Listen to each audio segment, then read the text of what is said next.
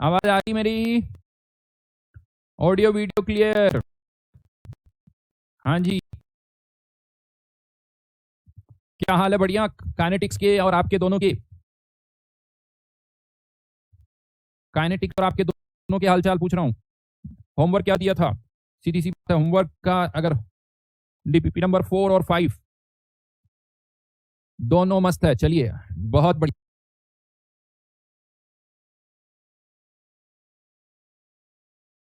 Homework का status क्या है? मेरे हालचाल कैसे? तो देखो बेटा, आप लोगों के अगर बढ़िया हुआ तो मेरे भी बढ़िया है, क्योंकि आप लोगों से ही मेरे हालचाल रिलेटेड है। नहीं, तुम अगर खुश तो मैं, तो फिर बात ही क्या है। क्या लिखा तुमने? किसी ने यार कुछ लिखा 50 क्वेश्चन का कुछ। होमवर्क डन डीपीपी 5 अच्छी थी ऐसा? देखो बेटा, अगर आप मुझसे पूछोगे ना, तो सबसे अच्छी डीपीपी अगर मेरे से पूछोगे तो वो है, मतलब जितनी बेसिक डीपीपी होती है ना, वो उतनी अच्छी होती है डीपीपी 5 4 3 2 1, क्योंकि हर ऑर्डर से रिलेटेड क्वेश्चन उसके अंदर। और अगर आप अब जेई मेंस और जेई, खासकर अगर आप जेई मेंस के पीवाईक्यूज देखोगे ना, तो आपको लगेगा सर यही तो क्वेश्चन वहां आते हैं। एक एक क्वेश्चन से आप 10-10 क्वेश्चन डायरेक्ट लिंक कर सकते हो, ये मैं आपको बता दूं। नव्या का कहना है सर डीपीपी 5 में थोड़ी प्रॉब्लम आई। चलिए कोई बात नहीं, वापस से करो उसको, पहली बार के बजाय दूसरी बार करो, ताकि आपका कौन जो है ना, स्पीड, एक्यूरेसी, कॉन्फिडेंस वो बढ़े। और थोड़ी बहुत प्रॉब्लम तो देखो आनी आनी है, आप कुछ भी करो, हर दिन अच्छा नहीं होता, ये मैं आपको बता दूं। कुछ ना कुछ ऊपर नीचे चलता रहता है। तो बट लेकिन ये होमवर्क अच्छी तरह से करते रहो, मजा आता रहेगा आप लोग को, है ना? ठीक है, एक सेकेंड।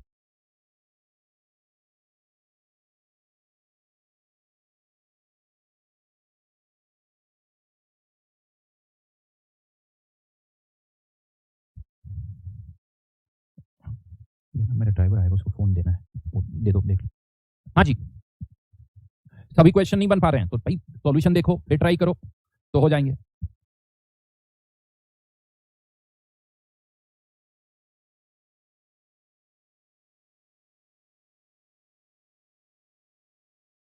हाँ जी, आवाज आ गई मेरे हम्म, तुम लोग बेटा, तुम लोग सबको ना पता सीबीआई में होना चाहिए, इसे बता रहा हूँ।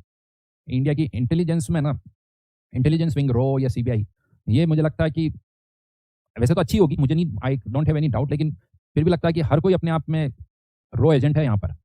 हर कोई यहाँ रो एजेंट है। ठीक है। अरे भाई, बैकलॉग कैसे कवर करें? आई थिंक अनिका जी अभी आपने पूछा था और मैंने बताया भी था, तो कुछ नया नहीं है। पहले थोड़ा जो करंट चल रहा है उस पर फोकस करो। जैसे जैसे आपको थोड़ा टाइम मिलता है तो उसमें पुराना जो भी पार्ट आता है, टाइम निकालो, फटाफट से लेक्चर देखो, ऑल्टरनेट क्वेश्चंस करो। चलिए, तो यही एक तरीका है।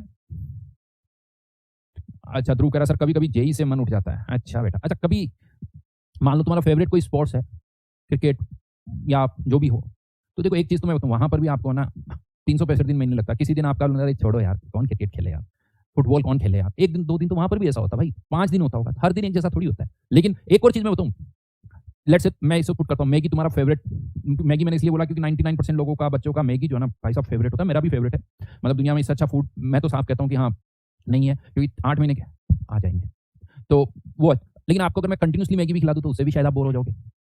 लेकिन ऐसा थोड़ी कि आज बोर हो गया तो कल भी बोर होगा, अभी वापस बदल जाता है भाई, वापस बदल जाता है ना? ठीक है।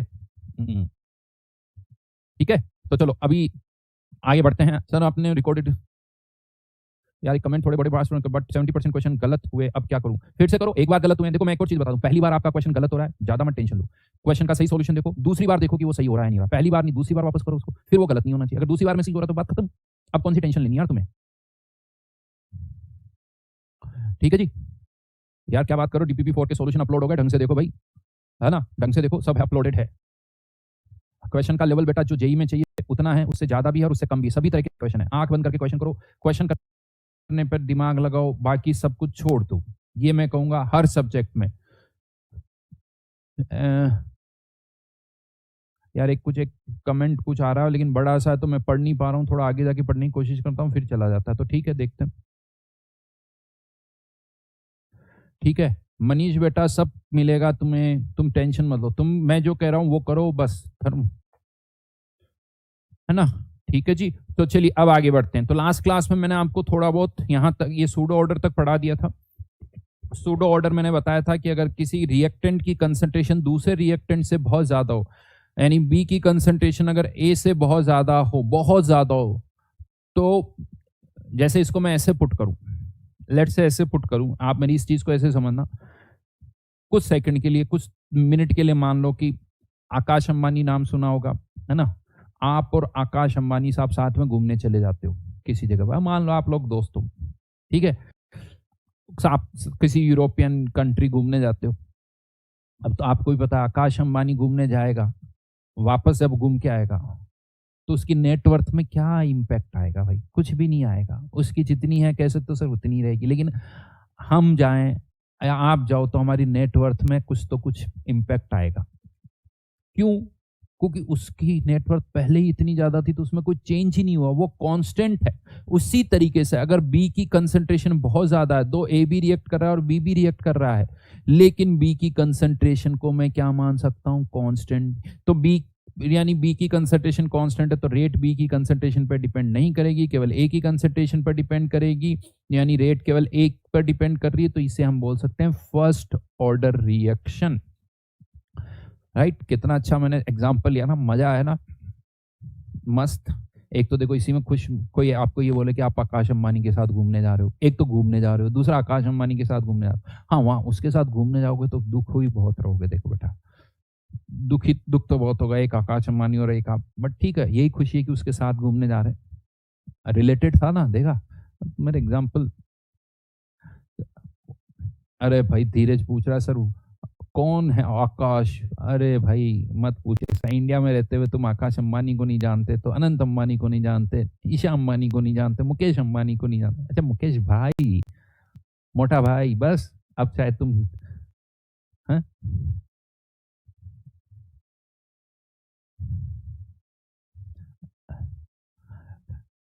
तुम वैसे ही मजा आ जाता नहीं? ये भाई साहब इनको तो कुछ और ही है। ये कौन? आर्यन। आर्यन को भाई साहब किसी और अंबानी के साथ घूमने जाना है। हम्म? उसको वहाँ आकाश से मतलब नहीं है, अनंत से मतलब नहीं है। समझ रहा हूँ बेटा, तुम लोग कभी नहीं सुधरोगे, कभी नहीं सुधरोगे, किसी को भी नहीं छोड़ना भैया। हाँ, पता। और ये भाई साहब कौन है? हम्म। ओहो, धीरज इज सेइंग पैसा सबसे सब कुछ, सब सुख नहीं मिलता, real real power is knowledge. देखा, एक मैंने शाहरुख खान की एक बड़ी अच्छी लाइन सुनी भाई लोगों, मतलब उसने कहा कि फिलेंथ्रोपी, मतलब जो करते हैं फिलेंथ्रोपी, मतलब थोड़ा देने की जो टेंडेंसी होती है ना, मतलब ये तब करनी चाहिए when you have earn a lot. इसमें बड़ी अच्छी सीक्वेंस है। First you learn, then only you can earn, then then return. Learn, earn, then return. तो जो रिटर्न वाली चीज जो आती है, रिटर्न करने वाली, वो अर्न के बाद आती है और तभी वो ज्यादा मीनिंगफुल रहती है। अगर मेरा तो बड़ा सिंपल, आप डेफिनेटली पैसा सब कुछ नहीं होता है, आई नो, पैसे वाले जरूरी नहीं पैसा है तो आप खुश रहोगे, लेकिन एक लेवल से पैसा कम होना तो भैया खुशी नहीं रहती है, ये भी ध्यान रखना। हाँ, हाँ, ये किस लाइन में? चलो बेटा, किसी आज ऐसे ही मन कर रहा है, इधर उधर की बातें, थोड़ी डिस्ट्रैक्शन ज्यादा है, क्या करो, है ना? तो फाइनली सूडो ऑर्डर मतलब कंसंट्रेशन बहुत ज्यादा, उसकी कंसंट्रेशन को कांस्टेंट मान लो और उस कंसंट्रेशन को के साथ मर्ज कर दो, जैसे यहाँ के बी, तो इसको आप एक नया कांस्टेंट लिख सकते हो के डैश। उससे क्या फायदा मिलेगा कि अब इस रिएक्शन पर आप फर्स्ट ऑर्डर के फॉर्मूले लगा सकते हो, जैसे यहाँ पर फर्स्ट ऑर्डर के फॉर्मूले से भी आंसर निकाल सकते हो। बस ये करना है कि फर्स्ट ऑर्डर में के की जगह क्या लिखना है? के डैश। यहाँ बड़ा अच्छा एक क्वेश्चन बनता है, वो मैं आपसे पूछ रहा हूँ, बहुत इंटरेस्टिंग एक क्वेश्चन बनता है यहाँ पर, वो मैं अब आपसे पूछ रहा हूँ यहाँ पर, ठीक है ना? लेट से ये कोई रिएक्शन है, ठीक है, माई, जिसका रेट लो हमें दे रखा है, दिस इज रेट लो, ए की पावर 2 है, बी की पावर 1 है, ए की पावर 2 एंड बी की पावर 1 है, ठीक है जी। तो बताइए, अभी तो इसका ऑर्डर 3 है, लेकिन अगर मैं आपसे कह दूं बी की कंसंट्रेशन ए से बहुत ज्यादा है, बी की ए से बहुत ज्यादा है, तब इस रिएक्शन का ऑर्डर क्या होगा? ये मान लो फर्स्ट पार्ट है। अगर ए की कंसंट्रेशन बी से बहुत ज्यादा, तो इस रिएक्शन का ऑर्डर क्या होगा? और ए और बी दोनों की कंसंट्रेशन बहुत ज्यादा है, तो रिएक्शन का ऑर्डर क्या होगा? कोमा लगा के लिखो, तीनों के आंसर एक साथ लिखो, इसका, इसका और इसका, तीनों का आंसर। आकांक्षा ने आंसर लिखा है, प्रिंस ने भी लिखा है, यश ने भी लिखा है, द्विति ने भी लिखा है। द्विति तीनों आंसर लिखो। नमन ने भी लिखा है, एसडीजी ने भी लिखा है, आर्यन ने भी लिखा है, भूपेंद्र, संदीप, आदर्श। ये क्या मजेदार तुम रेस्पॉन्स करते हो ना, सही बता रहा हूँ। क्या बोलूं तुम्हें, समझ रहे हो ना मेरी फील? जब ऐसे रेस्पॉन्स मेरे पास आते हैं ना, तीरथ, नाम में सबके नहीं पढ़ पाता, बड़ा दुखी होता हूँ। काश मैं सबके नाम ले पाता। पार्थ, मोनिश, सागर, रक्षत, आयुष, है ना, क्रिश, समीर। बट दो तरह के आंसर्स मैं देख रहा हूं, देखो बेटा, बाकी तो सब सही है, दो तरह के आंसर्स है, 2 1 0 या 2 1 3। आगरा या बॉम्बे? आगरा या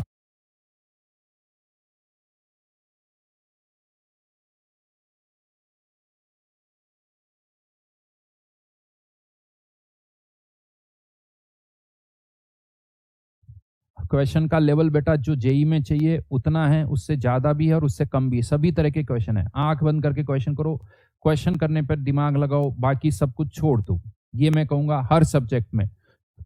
यार कुछ एक कमेंट कुछ आ रहा है, लेकिन बड़ा सा तो मैं पढ़ नहीं पा रहा हूं, थोड़ा आगे जाके पढ़ने की कोशिश करता हूं, फिर चला जाता है। तो ठीक है, देखते हैं।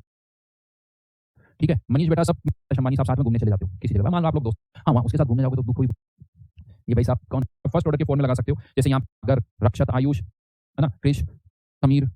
बट दो तरह के आंसर्स मैं देख रहा हूँ, देखो बेटा, बाकी तो सब सही है, दो तरह के आंसर्स है, 2 1 0 या 2 1 3। आगरा या बॉम्बे? आगरा या बॉम्बे? सबका नाम दूंगा बेटा, कोशिश सबकी करूंगा। आगरा बॉम्बे, आगरा बॉम्बे। अब थोड़ा आसान कर देता कि मुझे भी पता चले कि कौन किसके ज्यादा फेवर में है। आगरा बॉम्बे, आगरा बॉम्बे, बस अब ये लिखो ताकि थोड़ा। हाँ जी, अच्छा। बड़ा मिक्स रेस्पॉन्स है, but correct one is Bombay. क्यों, बता देता हूँ। इसमें तो किसी को कोई डाउट नहीं, बी की कंसंट्रेशन बहुत ज्यादा है, तो इसको कांस्टेंट मान लो, के साथ मर्ज हो गया तो ए की पावर 2 बची, तो अब ये सूडो सेकंड ऑर्डर हो जाएगा, यानी ऑर्डर इज 2। देखो सूडो बोलने से ये समझ में आ जाता है कि मतलब किसी की कंसंट्रेशन बहुत ज्यादा है। ठीक है, देवांशा क्या नाम है यार पूरा, ए की कंसंट्रेशन बहुत ज्यादा है तो इसको कांस्टेंट मान लेंगे, तो ऑर्डर क्या हो जाएगा 1। लेकिन भाई जब ए और बी दोनों की कंसंट्रेशन बहुत ज्यादा है, तो अब जो अमाउंट रिएक्टेड होगी वो भी बहुत ज्यादा होगी। इसको ऐसे समझो, ए प्लस बी, अगर इसकी कंसंट्रेशन 1000 है, इसकी 1 है, तो जो एक्स होगा वो हमेशा 1 से कम होगा, तो मैं इसकी कंसंट्रेशन को क्या मान सकता हूँ, कांस्टेंट। लेकिन अब दोनों की कंसंट्रेशन मान लो बहुत ज्यादा है, ये 501 और ये 1000 है, अब एक्स की वैल्यू 100 भी होगी, 200 भी होगी, 300 भी होगी, तो अब आप ना तो इसको कांस्टेंट मान सकते हो ना इसको कांस्टेंट मान सकते हो। तो ए और बी अगर दोनों की कंसंट्रेशन बहुत ज्यादा है तो ऑर्डर वही रहेगा, अब आप किसी को भी कांस्टेंट नहीं मान सकते हो। देववंशु जी अब बस अब सुनो यहां पर जो मैं कह रहा हूं, ठीक है, समझ में आया? वेद बेटा तुम्हारे पर्टिकुलर कुछ पार्ट में गड़बड़ होगी, ऐसा इश्यू नहीं है। तो ये हो गया, चलो। अब अभी तक मैंने आपको first order, second order, zero order बता दिया, एक जनरल फॉर्मूला डिराइव करते हैं। लेकिन अब मैं आपको बता दूं, मोस्टली जो क्वेश्चन आते हैं वो तभी वो उन्हीं रिएक्शंस पर आते हैं जिसमें एक ही रिएक्टेंट हो, क्योंकि एक से ज्यादा रिएक्टेंट होने पर कैलकुलेशन बहुत ज्यादा हो जाती है, जैसा अभी हमने देखा था इस पार्ट में, इंटीग्रेट करना मुश्किल हो जाता है, तो इसलिए ज्यादातर क्वेश्चन में एक ही रिएक्टेंट आता है। तो एक nth ऑर्डर रिएक्शन के लिए फॉर्मूला क्या होगा वो डिराइव कर लेते हैं। तो हेडिंग डाल दीजिए nth order reaction, nth order reaction. Monish बहुत बढ़िया, अर्पण, अनन्या, प्रताप सिंह बेटा, जहां लेक्चर्स के रिकॉर्डेड लेक्चर्स दिखते हैं वहीं पर डीपीपी के भी रिकॉर्डेड लेक्चर्स दिखते हैं।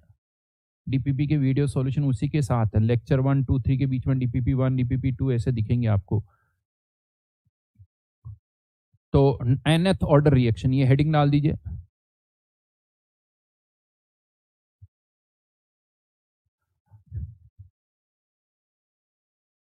बहुत बढ़िया आकांक्षा।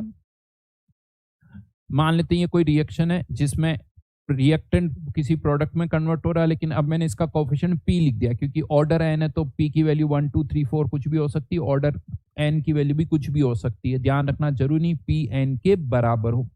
एक nth ऑर्डर रिएक्शन है तो ये k की पावर n, इसको अब हमें क्या करना है, इंटीग्रेट, तो ये a इधर आ गया, डी ए अपॉन ए की पावर एन इक्वस टू के डी टी। लिमिट्स लग जाएगी, इधर लिमिट्स 0 ए नॉट से ए टी और इधर लिमिट्स 0 से टी। ठीक है जी, इधर ए नॉट से ए टी। 1 अपॉन एक्स की पावर एन का इंटीग्रेशन dx अपॉन एक्स की पावर n का इंटीग्रेशन क्या होता है भाई लोगों? इसको आप पहले ऐसे चाहो तो लिख सकते हो x की पावर माइनस एन dx। इसका इंटीग्रेशन आ जाएगा माइनस एन प्लस 1, यही आता है, डिवाइडेड बाय x की पावर माइनस एन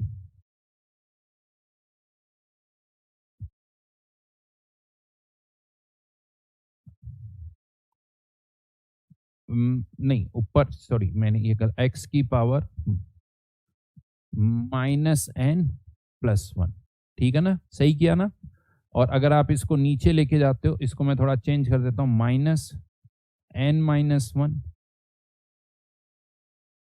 बहुत, और x की पावर n माइनस 1, लेकिन इसकी लिमिट लगानी पड़ेगी, ध्यान रखना, जो कि यहां पर क्या, ए नॉट अपॉन ए टी।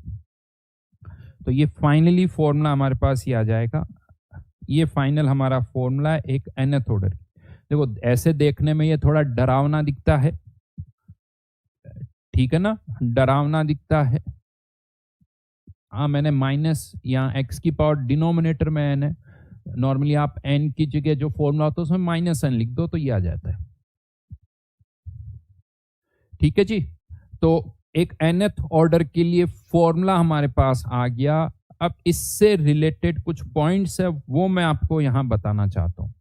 इससे रिलेटेड कुछ पॉइंट्स हैं वो मैं आपको यहां बताना चाहता हूं। लिख ही लिया होगा आप लोगों ने, आप मुझे पता है आप लोगों की स्पीड अब अच्छी हो गई है, फटाफट सारे लिख सकते हैं।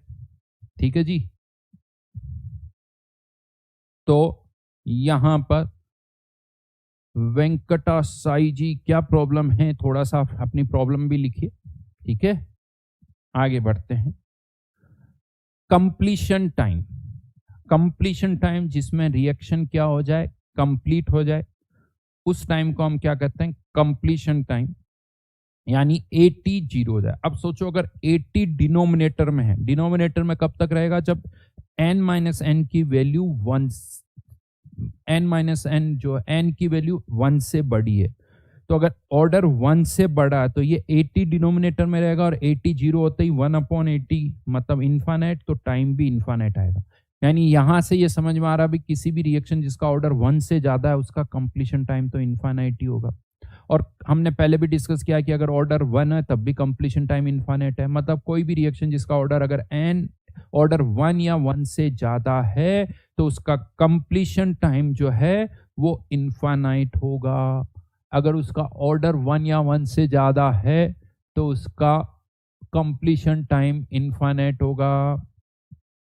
ठीक है जी, अगर ऑर्डर 1 से कम है तो उनका कंप्लीशन टाइम 0 होगा। ठीक है, वेंकटा भी एक ओरिएंटेशन क्लास हुई थी यार, तुम थे क्या उसमें?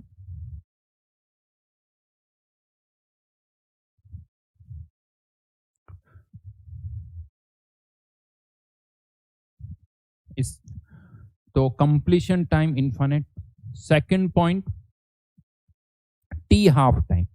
टी हाफ मतलब 80 की वैल्यू क्या पुट कर देंगे, ए नॉट बाई 2। ए टू की वैल्यू क्या हो जाए, ए नॉट बाई 2।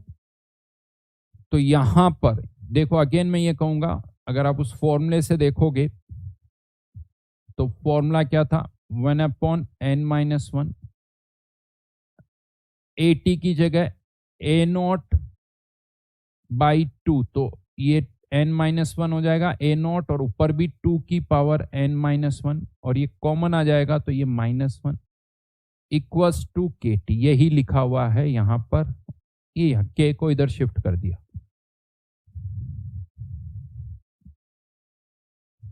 ठीक है बेटा, सुनते रहो यार, तुम इधर उधर बहुत है ना जो पढ़ा है। तो टी हाफ। अब इसको पूरा नहीं याद करना है, पूरा नहीं याद करना है, आपको केवल ये देखना है कि जो टी हाफ है वो इनिशियल कॉन्सेंट्रेशन की पावर n-1 के इनवर्सली प्रोपोर्शनल है। अब अगर आप इसको यूज करो zero order, first order, second order के लिए, तो आंसर इसका वहां से आ जाएगा। हमें पता है जीरो ऑर्डर में n की वैल्यू जीरो, तो टी हाफ जो है ए नॉट के डायरेक्टली प्रोपोर्शनल हो जाएगा। फर्स्ट ऑर्डर में टी हाफ जो है ए नॉट के इंडिपेंडेंट होगा। सेकंड ऑर्डर में टी हाफ ए नॉट के इनवर्सली प्रोपोर्शनल होगा। थर्ड ऑर्डर में टी हाफ ए नॉट के स्क्वायर के इनवर्सली प्रोपोर्शनल होगा। तो किसी भी ऑर्डर के लिए आप यहां से देख सकते हो कि जो टी हाफ है वो कॉन्सेंट्रेशन के साथ कैसे वेरी कर रहा है, ये आपको याद रखना है। ये पूरा फॉर्मूला याद करने की जरूरत नहीं है, इसकी कहीं जरूरत नहीं पड़ेगी। इसकी अगर बाय द वे कभी निकालना हो तो आप इस तरह से फॉर्मूला डिराइव करके करो, ठीक है, अदरवाइज इसकी जरूरत नहीं है। फाइन, तो ये हमारे पास टी हाफ का फॉर्मूला आ गया। देन थर्ड पॉइंट पर आता हूं। थर्ड एक और इंटरेस्टिंग पॉइंट है, ये जो हमारे पास इस nth ऑर्डर के लिए जो फॉर्मूला आया था 1/80 की पावर n-1, 1/a नॉट की पावर n-1, n-1 kT, ठीक है। अगर हम एक कर्व प्लॉट करें between 1/80 into n-1 versus t, तो ये कर्व, ये तो हमारा क्या हो गया y, t हमारा क्या हो गया x, तो ये वाली टर्म हमारी क्या हो जाएगी स्लोप, और ये वाली टर्म क्या हो जाएगी इंटरसेप्ट। ये इंटरसेप्ट हो जाएगी, यानी कर्व क्या आएगा एक स्ट्रेट लाइन। अगर किसी भी रिएक्शन का ऑर्डर n है और अगर आप कर्व प्लॉट करो, ऑर्डर n और कर्व किसके बीच में प्लॉट करो 1/80 की पावर n-1, तो वो कर्व स्ट्रेट लाइन आएगा।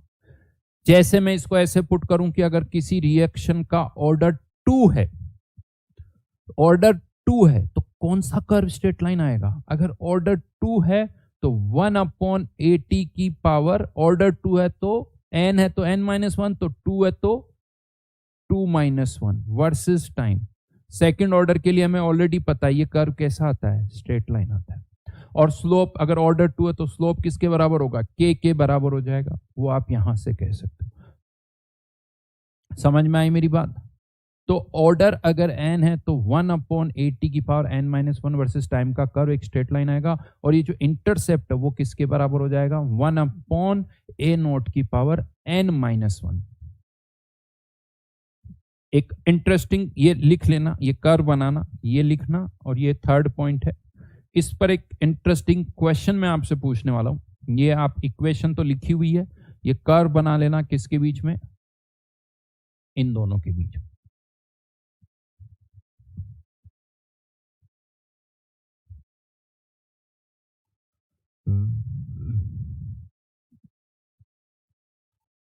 वेंकटा, थोड़ा सा मैं, बहुत सारे चैप्टर्स अभी होंगे, डोंट वरी।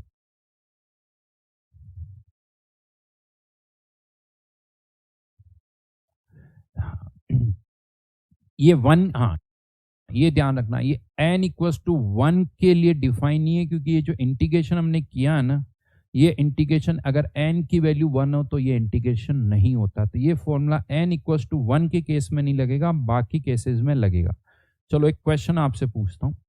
अगर मैंने ये कर्व बनाया हुआ है 1/a की पावर 3 वर्सेस टाइम, तो बताइए ये जो कर्व इस तरह से है तो इसका ऑर्डर क्या होगा? 1/a की पावर 3 वर्सेस टाइम, तो ऑर्डर क्या होगा? बहुत बढ़िया जी,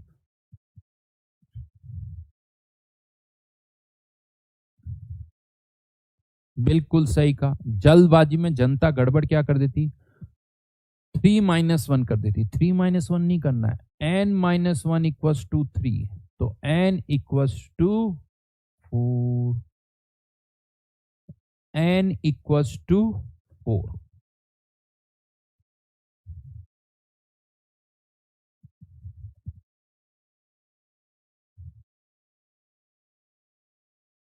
बहुत बड़े। तो ये बड़ा अच्छा क्वेश्चन। और अगर मैं आपको पता है यहाँ अगर इंटरसेप्ट दे दूं, स्लो, अच्छा एन इक्वल्स टू पता चल गया, अगर स्लोप पता चल जाए तो आपको यहां से रेट कांस्टेंट भी पता चल जाएगा। लेकिन अगर आपने ऑर्डर गलत निकाला तो फिर रेट कांस्टेंट भी गलत निकल के आएगा। और इंटरसेप्ट किसके बराबर होगा? 1/a0 की पावर n-1। अगर आपको इंटरसेप्ट पता है तो आप इनिशियल कॉन्सेंट्रेशन भी निकाल सकते हो। तो एक ग्राफ से आप बहुत सारे डेटा निकाल सकते हो, लेकिन अगर आपने ऑर्डर गलत निकाल लिया तो सारे आंसर जो है वो गलत हो जाएंगे। ठीक है जी, तो ये ध्यान रखना। नाउ तो this is about zero order, first order, second order और nth ऑर्डर, ये मैंने आपको बता दिया। अब अगेन मैंने आपको इनिशियली क्या कहा था कि ये जो ऑर्डर है वो हम एक्सपेरिमेंटली फाइंड आउट करते हैं। तो डेफिनेटली दिमाग में आता है कि सर ये जो आप बार बार बोलते हो ऑर्डर इज डिटरमाइंड एक्सपेरिमेंटली, तो ये कैसे निकाला जाता होगा, क्या तरीका है एक्सपेरिमेंटली फाइंड आउट करने का ऑर्डर को। ठीक है, तो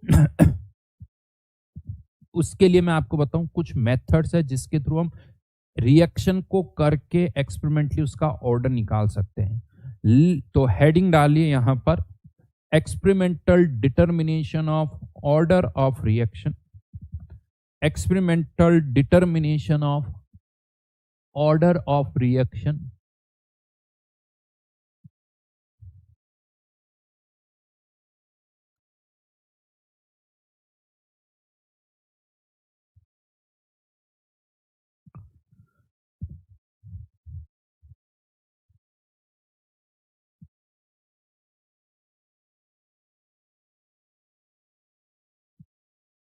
हाँ जी, first one is hit and trial method. देखो एक तो इससे नाम से थोड़ा का आपको समझ में आएगा कि कोई सोफिस्टिकेटेड मेथड नहीं है। देखो अगर किसी भी रिएक्शन जो हो रही ना एक्सपेरिमेंटली, आप क्या फाइंड आउट कर सकते हो, एक रिएक्शन जो हो रही है एक्सपेरिमेंटली हम ज्यादा से ज्यादा ये पता कर सकते हैं कि 10 मिनट्स पर कंसंट्रेशन क्या है। टाइट्रेशन के थ्रू हम कंसंट्रेशन जो है फाइंड आउट कर सकते हैं। 20 मिनट्स पर क्या है, 25 मिनट्स पर क्या है, 35 मिनट्स पर क्या है, 70 मिनट्स पर क्या है, 80 मिनट्स पर क्या है, हम कॉन्सेंट्रेशन फाइंड आउट कर सकते हैं। अब इसी डेटा से कि मेरे पास पता है कि इस टाइम पर ये कंसंट्रेशन है, इस टाइम पर ये कंसंट्रेशन है, इस टाइम पर ये कंसंट्रेशन है, उससे हमें ये बताना है कि इस रिएक्शन का ऑर्डर क्या है, इस रिएक्शन का ऑर्डर क्या है, वो हम बता सकते हैं। कैसे? तो पहला तरीका क्या है, हिट एंड ट्रायल मेथड। अब मान लो अगर वो रिएक्शन देखो जीरो ऑर्डर की है, तो जीरो ऑर्डर ये जो डेटा है कंसंट्रेशन का टाइम के साथ, वो जीरो ऑर्डर के फॉर्मूले को सेटिस्फाई करेगा। अगर फर्स्ट ऑर्डर है तो फर्स्ट ऑर्डर के फॉर्मूले को सेटिस्फाई करेगा, सेकंड ऑर्डर है तो सेकंड ऑर्डर के फॉर्मूले को ये सेटिस्फाई करेगा। तो क्या करो, आप मान लो ये रिएक्शन कौन से ऑर्डर की, जीरो ऑर्डर की। तो अब जो आपके पास डेटा है, आपके पास डेटा क्या है, किसी t1 टाइम पर मान लो कॉन्सेंट्रेशन है 81, या वैल्यू लिख देता हूं उसे, मान लो 3m। किसी t2 टाइम पर कंसंट्रेशन आ गई 2.5 m, और इनिशियली कंसंट्रेशन आपके पास लेट से 4m ऐसे। तो अब आप क्या करोगे, इनिशियल कंसंट्रेशन पुट करोगे, फिर t1 टाइम की कंसंट्रेशन पुट करके यहां से क्या निकालो, k निकालो। क्या निकालोगे, k। अब फिर से एक बार और k की वैल्यू निकालो, लेकिन इस बार k की वैल्यू किस टाइम से निकालोगे, t2 टाइम से। किस से, t2 टाइम से निकालो। ए नॉट तो वही 4m पुट करोगे, लेकिन इस बार t2 टाइम पर कंसंट्रेशन कितनी, 2.5, k की वैल्यू निकालो। अगर k की वैल्यू वही आती है तो इसका मतलब ये डेटा जो है वो इस फॉर्मूले को सेटिस्फाई कर रहे हैं, मतलब रिएक्शन जीरो ऑर्डर की है। हाँ, यहां पर हम ये मान रहे हैं या तो रिएक्शन जीरो ऑर्डर है, या फर्स्ट ऑर्डर है, या सेकंड ऑर्डर है। अगर इन तीनों के फॉर्मूले सेटिस्फाई नहीं होते तो मतलब ऑर्डर 4, 5 कुछ भी हो सकता, तो हर एक ऑर्डर के लिए इंडिविजुअली ट्राई करना होगा, तो ये बड़ा लेंदी हो सकता है। अगर आपके तो सर ऑर्डर 2.5 है या 2.6 है तो क्या हमें कैसे पता चलेगा? तो ये मुश्किल काम है, आसान नहीं है। बट अभी तो हमें जीरो, फर्स्ट और सेकंड के लिए करना है, और हर ऑर्डर के लिए 2 बार चेक करना होगा। जीरो ऑर्डर के लिए 2 बार के की वैल्यू निकालनी होगी। अब के की वैल्यू सेम आई तो जीरो ऑर्डर, नहीं तो जीरो ऑर्डर नहीं है। फिर किस पर ट्राई करो, फर्स्ट ऑर्डर के लिए 2 बार के फर्स्ट ऑर्डर के लिए ट्राई करो। अगर के की वैल्यू सेम आती तो फर्स्ट ऑर्डर है, नहीं तो फिर सेकंड ऑर्डर के लिए ट्राई करो। जेई एडवांस में एक बार इस पर क्वेश्चन आया हुआ है और उसमें ऑर्डर जो था वो 0 था। जेई एडवांस में एक बार क्वेश्चन आया हुआ, सुनो।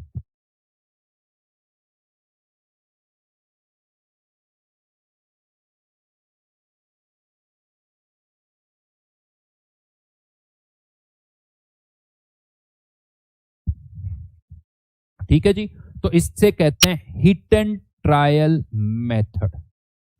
बेटा कभी कभी क्या होता है ना, किसी ने कहा सर क्वेश्चन करा दीजिए, वो होगा बेटा। हर एक क्वेश्चन अगर क्लास में करेंगे तो हमें एक चैप्टर में ही 1.5 महीना लग जाएगा, वैसे ही 10 लेक्चर का चैप्टर है। अगर मैं उतनी ही वो एग्जाम्पल्स करवाता हूँ जिसमें मुझे कुछ सिखाना होता है।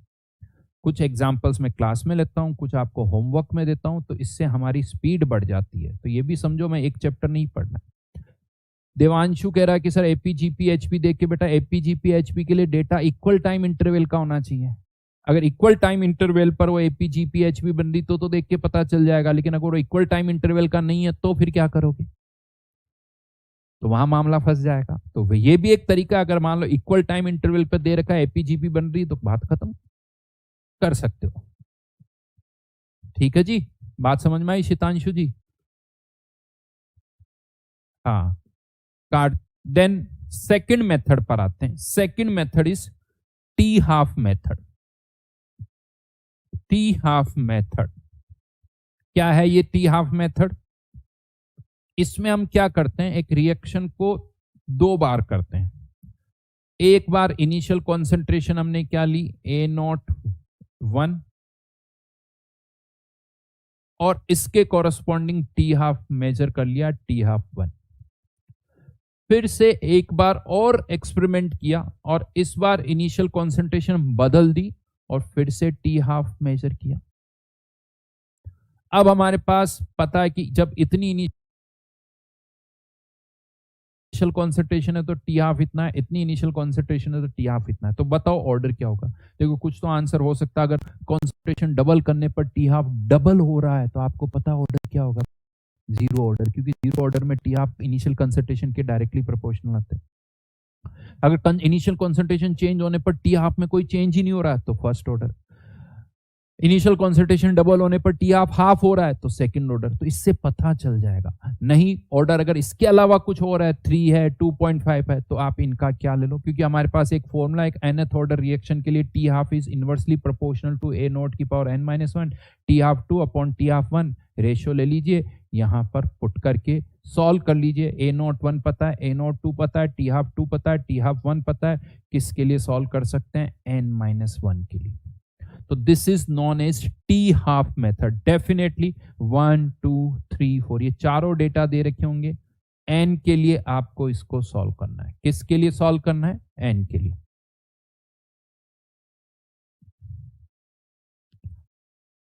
कबीर का कहना सर के तो सिर्फ टेम्परेचर डिपेंडेंट होता है। बेटा तुम यहां उल्टा चल रहे हो ना। जो हिट एंड ट्रायल मेथड है उसमें डेटा सही उस ऑर्डर के होंगे तभी तो के की वैल्यू सेम आएगी। अगर के की वैल्यू अलग अलग आ रही है इसका मतलब वो डेटा ही इस मेथड को सेटिस्फाई नहीं, इस फॉर्मूले को सेटिस्फाई नहीं कर रहा। सॉल्व करोगे, सब कुछ पता है, n-1 पावर निकालो। मान लो इधर रेशियो 4 है, इधर रेशियो 2 है, तो इसका मतलब 2 की पावर 2 होना चाहिए, n-1 2, तो n की वैल्यू 3 हो जाएगा, हो जाएगा। लेकिन सबसे ज्यादा क्वेश्चन जो बनते हैं वो बनते हैं थर्ड मेथड पर, which is initial rate method. Third method पर बनते हैं। क्या है ये इनिशियल रेट मेथड?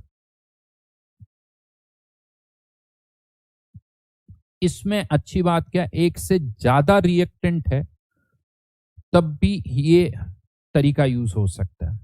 इसमें हम क्या करते हैं, इस रिएक्शन को करवाते हैं। ए और बी की इनिशियल कॉन्सेंट्रेशन 0.1 और बी की ली 0.2, और एक स्मॉल इंटरवल ऑफ टाइम के लिए हमने रेट को मेजर किया। स्मॉल इंटरवल ऑफ टाइम के लिए रेट को मेजर किया और ये रेट आ जाती है 10 की पावर -4। थोड़े से टाइम के लिए रेट मेजर की। फिर वापस से नया एक्सपेरिमेंट किया। सुनना ये लैंग्वेज को पूरा, नया एक्सपेरिमेंट किया और इस बार जो है ए की कंसंट्रेशन को तो देखो डबल कर दिया, बट बी की कंसंट्रेशन को वही रखा, तो हमने क्या देखा कि रेट डबल हो गई। ए की कंसंट्रेशन को डबल करने पर रेट डबल हो गई। फिर एक तीसरा एक्सपेरिमेंट और किया, यहां से यहां देखोगे तो ए की कंसंट्रेशन को वही रखा, लेकिन बी की कंसंट्रेशन को डबल कर दिया, तो रेट 8 टाइम्स हो गई। यहां से फर्स्ट से कंपेयर कर रहा हूं, फर्स्ट से सेकंड और फर्स्ट से ही थर्ड को। इस इंफॉर्मेशन से हम ए और बी के रेस्पेक्ट में ऑर्डर बता सकते हैं। वैसे तो आप हवा में भी कर सकते हो, जैसा कबीर ने आंसर दे ही दिया है, लेकिन लिख के करना चाहें तो भी कर सकते हैं। वैसे बड़ा क्लियर है, ए की कंसंट्रेशन डबल होने पर रेट डबल हो रही, तो ए की पावर 1 होगी। बी की कंसंट्रेशन डबल करने पर रेट 8 टाइम्स हो रही है। कितने टाइम्स? 8 टाइम्स। तो बी की डबल होने पर रेट 8 टाइम्स, यानी बी की पावर 3 होगी। तो 1 और 3 सही कहा। बहुतों संकल्प का आंसर आ गया, कुमार का आंसर आ गया, यशराज का गलत है, हर्ष का सही है। तो यहां पर लेकिन अब थोड़ा सिस्टमेटिकली करना है, तो कैसे करेंगे? हवा में तो हो ही गया 1 और 3। चलिए वो भी बता देता हूं। देखो यहां पर मैंने मान लेते हैं कि ए के रेस्पेक्ट में ऑर्डर क्या है? पी। बी के रेस्पेक्ट में ऑर्डर क्या है? क्यू। अब ये डेटा यहां पुट करो, 10 की पावर -4 के, 0.1 की पावर पी, 0.2 की पावर क्यू। फिर ये वाला डेटा पुट कर दिया, 2 इंटू 10 की पावर -4 के, 0.2 की पावर पी, और ये 0.2 की पावर क्यू। और फिर तीसरा वाला डेटा रेट 8 इंटू 10⁻⁻4 के, और ये वैल्यू पुट कर दी। अब ये मान लो इक्वेशन नंबर 1, ये 2 और ये 3 है साहब। 1 और 2 से आप P की वैल्यू निकाल सकते हो, और 1 और 3 से Q की वैल्यू निकाल सकते हो। क्या करना है? 1 और 2 को डिवाइड करोगे तो ये Q वाली टर्म गायब हो जाएगी, K गायब हो जाएगा। क्या बचा इधर? इन दोनों का रेशियो लोगे तो 1/2, और इधर भी देखोगे तो 1/2 की पावर P, यानी 1/2, और इधर क्या आएगा? 1/2 की पावर P। अब ये तभी इक्वल होंगे जब P की वैल्यू 1 होगी, राइट। और 1 और 3 को डिवाइड करेंगे तो आप सोच सकते हो इधर क्या आएगा? 1/8। अब 1 और 3 को डिवाइड करेंगे तो P वाली टर्म कैंसिल आउट हो जाएगी, तो 1/2 की पावर Q, तो Q की वैल्यू यहां से कितनी आ जाएगी? 3।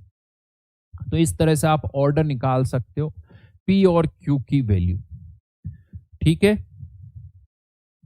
चलो एक क्वेश्चन पूछता हूं अच्छा सा, या इसका नाम रखा हुआ initial rate method.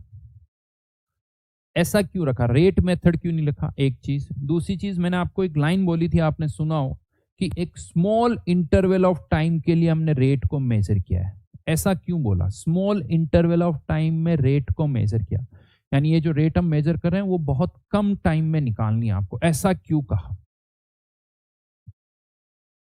Initial rate method क्यों बोला गया? बिल्कुल यश, सही बोला तुमने, बिकॉज बहुत बढ़िया अजिंक्य।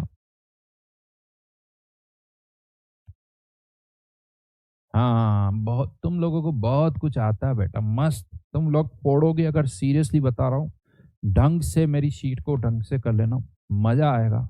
लास्ट तक साथ में रहना, बहुत जबरदस्त मचाएंगे ये मैं बोलूँ, क्योंकि तुम्हें बहुत सारी चीजें आती है ऑलरेडी, अच्छी तरह से आती है, बस उसको और पॉलिश करना है ताकि एग्जाम में सही करके आए। Very good.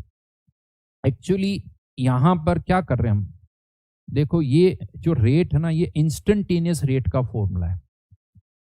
जब कंसंट्रेशन 0.1 0.2 है तो उस इंस्टेंट की कंसंट्रेशन रेट है, ये इंस्टेंटेनियस रेट है। तो यहां पर भी अब आप जो रेट एक्सपेरिमेंटली निकाल रहे हो ना, ये कैसे करो कि आप कि यार कंसंट्रेशन में इतना चेंज हुआ डिवाइड बाय टाइम टेकन, तो ये तो एवरेज रेट हो गई, क्योंकि आप एक्सपेरिमेंटली इंस्टेंटेनियस रेट नहीं निकाल सकते। टाइम पीरियड में change in concentration divide by T, तो वो अब आप निकाल रहे हो एवरेज, यूज कैसे कर रहे हो? इंस्टेंटेनियस की तरह। तो वो जो टाइम पीरियड है ना, वो अगर जितना कम होगा तो वो एवरेज रेट को मैं इंस्टेंटेनियस की तरह ट्रीट कर सकता हूं। अगर ज्यादा लंबा पीरियड लिया ना, तो फिर वो रेट जो है वो चेंज हो जाएगी थ्रू आउट, उसे कांस्टेंट नहीं मान सकते। तो जितना टाइम इंटरवल छोटा होगा आंसर उतना ही ज्यादा एग्जैक्ट होगा। ठीक है, ये ध्यान रखना, इसीलिए इसे इनिशियल रेट मेथड बोला। एक और इंटरेस्टिंग क्वेश्चन पूछता हूं। यहां इस मेथड से जैसे ही आपको पी और क्यू की वैल्यू पता चल गई, तो मैं पी और क्यू की वैल्यू पुट करके रेट कांस्टेंट भी निकाल सकता हूं। पी और क्यू की वैल्यू पुट करके क्या निकाल सकता हूं? रेट कांस्टेंट भी निकाल सकता हूं। तो अब मुझे ये बताइए कि ये जो रेट कांस्टेंट आएगा, जैसे यहां पर मैं आपको बता दूं, पी और क्यू की वैल्यू आ गई।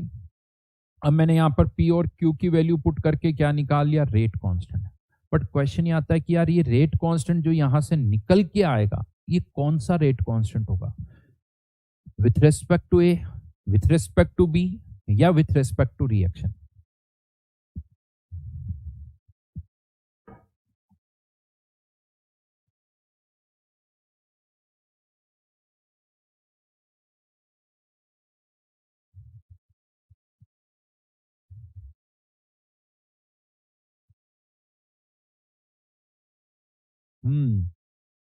With respect to reaction.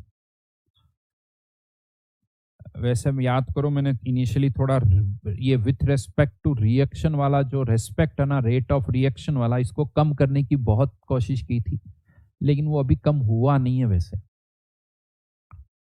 सब ज्यादातर ने आंसर दिया विथ रेस्पेक्ट टू रिएक्शन, तो ये कोई जरूरी नहीं है।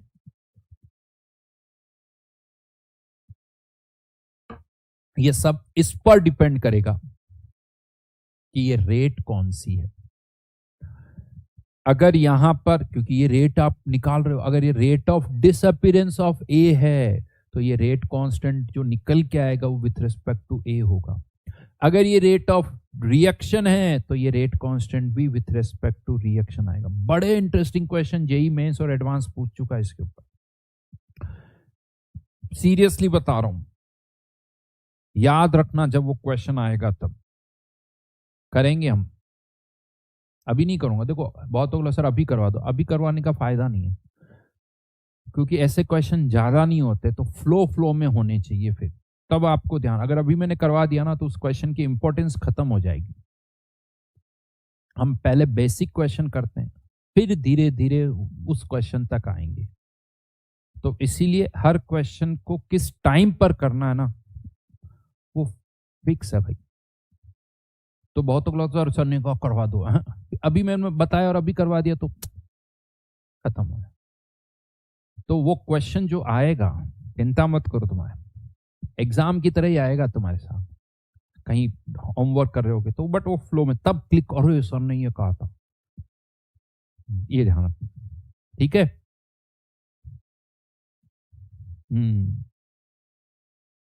चलिए, तो this is initial rate method. ये 3 तरह के मेथड्स हो गए जिन पर क्वेश्चन बनते हैं। तो एक पार्ट यहां पर आके कंप्लीट होता है, इस चैप्टर का फर्स्ट पार्ट जिसे आप कह सकते हो, वो कंप्लीट होता है। अब मैं आ रहा हूं इस चैप्टर के दूसरे पार्ट पर, सेकंड पार्ट। वैसे इसके अलावा यूं कह सकते हो एक थर्ड पार्ट अभी और आएगा। तो 3 पार्ट इस चैप्टर के हम करेंगे, फर्स्ट, सेकंड और थर्ड पार्ट। ठीक है जी? हाँ जी। तो सेकंड पार्ट क्या है, इंपॉर्टेंट कौन सा है? देखो इंपॉर्टेंट, जेई मेंस की बात करूं तो फर्स्ट और सेकंड पार्ट दोनों जेई मेंस के लिए बड़े इंपॉर्टेंट है। थर्ड पार्ट जो है वो, उसकी इंपॉर्टेंस ज्यादा जेई एडवांस में है, उससे इतने क्वेश्चन नहीं आए, बट कभी कोई एग्जामिनर अगर ज्यादा अच्छे क्वेश्चन देना चाहे तो फिर वो थर्ड पार्ट से दे सकता है, क्योंकि उस पर अभी ज्यादातर क्वेश्चन नहीं आए। ठीक है। तो यहां पर देखो, किसी ने रेडियो एक्टिविटी ना तो देखो जेई मेंस के सिलेबस में, ना जेई एडवांस के सिलेबस में, तो वो हम नहीं करते हैं बेटा। और जितना अगर बाई दी वो कभी कभी आ जाता तो वो काइनेटिक्स से हो जाता है। अब क्या करने वाले हैं, तो अभी तक इस चैप्टर में मैंने आपको क्या बताया कि अगर किसी भी रिएक्शन के लिए हमें पता करना है कि कितनी, किसी टाइम पर रेट कितनी होगी, किसी टाइम पर कंसंट्रेशन कितनी होगी, तो उसके लिए हमें क्या चाहिए? रेट लो। उस रेट लो को हम इंटीग्रेट करते हैं तो इंटीग्रेटेड रेट लो आ जाता है, और उससे हम किसी भी टाइम पर कंसंट्रेशन निकाल सकते हैं। लेकिन ये सब तब आता है जब हमारे पास एक्सपेरिमेंटली ऑर्डर पता हो कि इसका ऑर्डर 1 है, इसका 2, और ये सब एक्सपेरिमेंटली पता चलता है, मतलब आपको पहले वो रिएक्शन करनी होगी। तो क्वेश्चन यहाँ पर ये भी आता है कि ये जो सब कुछ हमने पढ़ा है तो पहले एक्सपेरिमेंट करके फिर हमें पता चल रहा है, क्या हम बिना एक्सपेरिमेंट किए हुए थ्योरिटिकली किसी रिएक्शन की रेट फाइंड आउट नहीं कर सकते? यानी बैठे बैठे यार देखो नाइट्रोजन और हाइड्रोजन सर देखो रिएक्ट करेंगे ना तो इसकी रिएक्शन की रेट इतनी होगी, नाइट्रोजन ऑक्सीजन रिएक्ट करेगा तो इतनी होगी, ऑक्सीजन हाइड्रोजन की रिएक्शन होगी तो इसकी रेट ये होगी। तो ये हम थ्योरेटिकली करना चाहते हैं बिना एक्सपेरिमेंट के। समझ रहे हो मेरी बात को? सब कुछ थ्योरेटिकली फाइंड आउट करना चाहते हैं, एक्सपेरिमेंट की हेल्प नहीं लेना चाहते। तो मैं आपको बता दूं ये इतना आसान नहीं है, बहुत मुश्किल है। ये फाइंड आउट करने के लिए बहुत सारी मेहनत की गई, बहुत सारे साइंटिस्ट ने बहुत सारा एफर्ट्स डाला, लेकिन आज भी हम 100% प्रॉब्लम को क्रैक तो नहीं कर पाए। लेकिन 100% नहीं कर पाए तो कोई बात नहीं, 70-80% तो हमने किया ही है। तो किसी भी रिएक्शन की रेट अगर हम चाहते हैं थ्योरेटिकली पता चले तो इसके लिए बहुत सारी थ्योरीज है, लेकिन उसमें से एक थ्योरी हमारी सिलेबस में है, वो है कोलिजन थ्योरी ऑफ रिएक्शन। ये जितनी भी थ्योरीज है उनमें सबसे आसान है, लेकिन ये कितनी आसान है आपको पता चलेगा। ये कितनी आसान है वो आपको इस पता चलेगा, ठीक है जी। लेकिन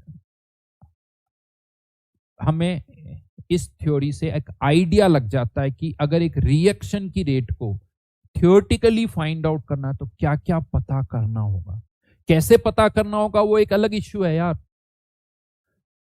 लेकिन मुझे ये तो पता नहीं कि यार मुझे यहां से यूएसए जाना है तो या तो फ्लाइट में जाना होगा या शिप में जाना होगा, ये तो पता करूं, कार से तो नहीं जा सकता, राइट।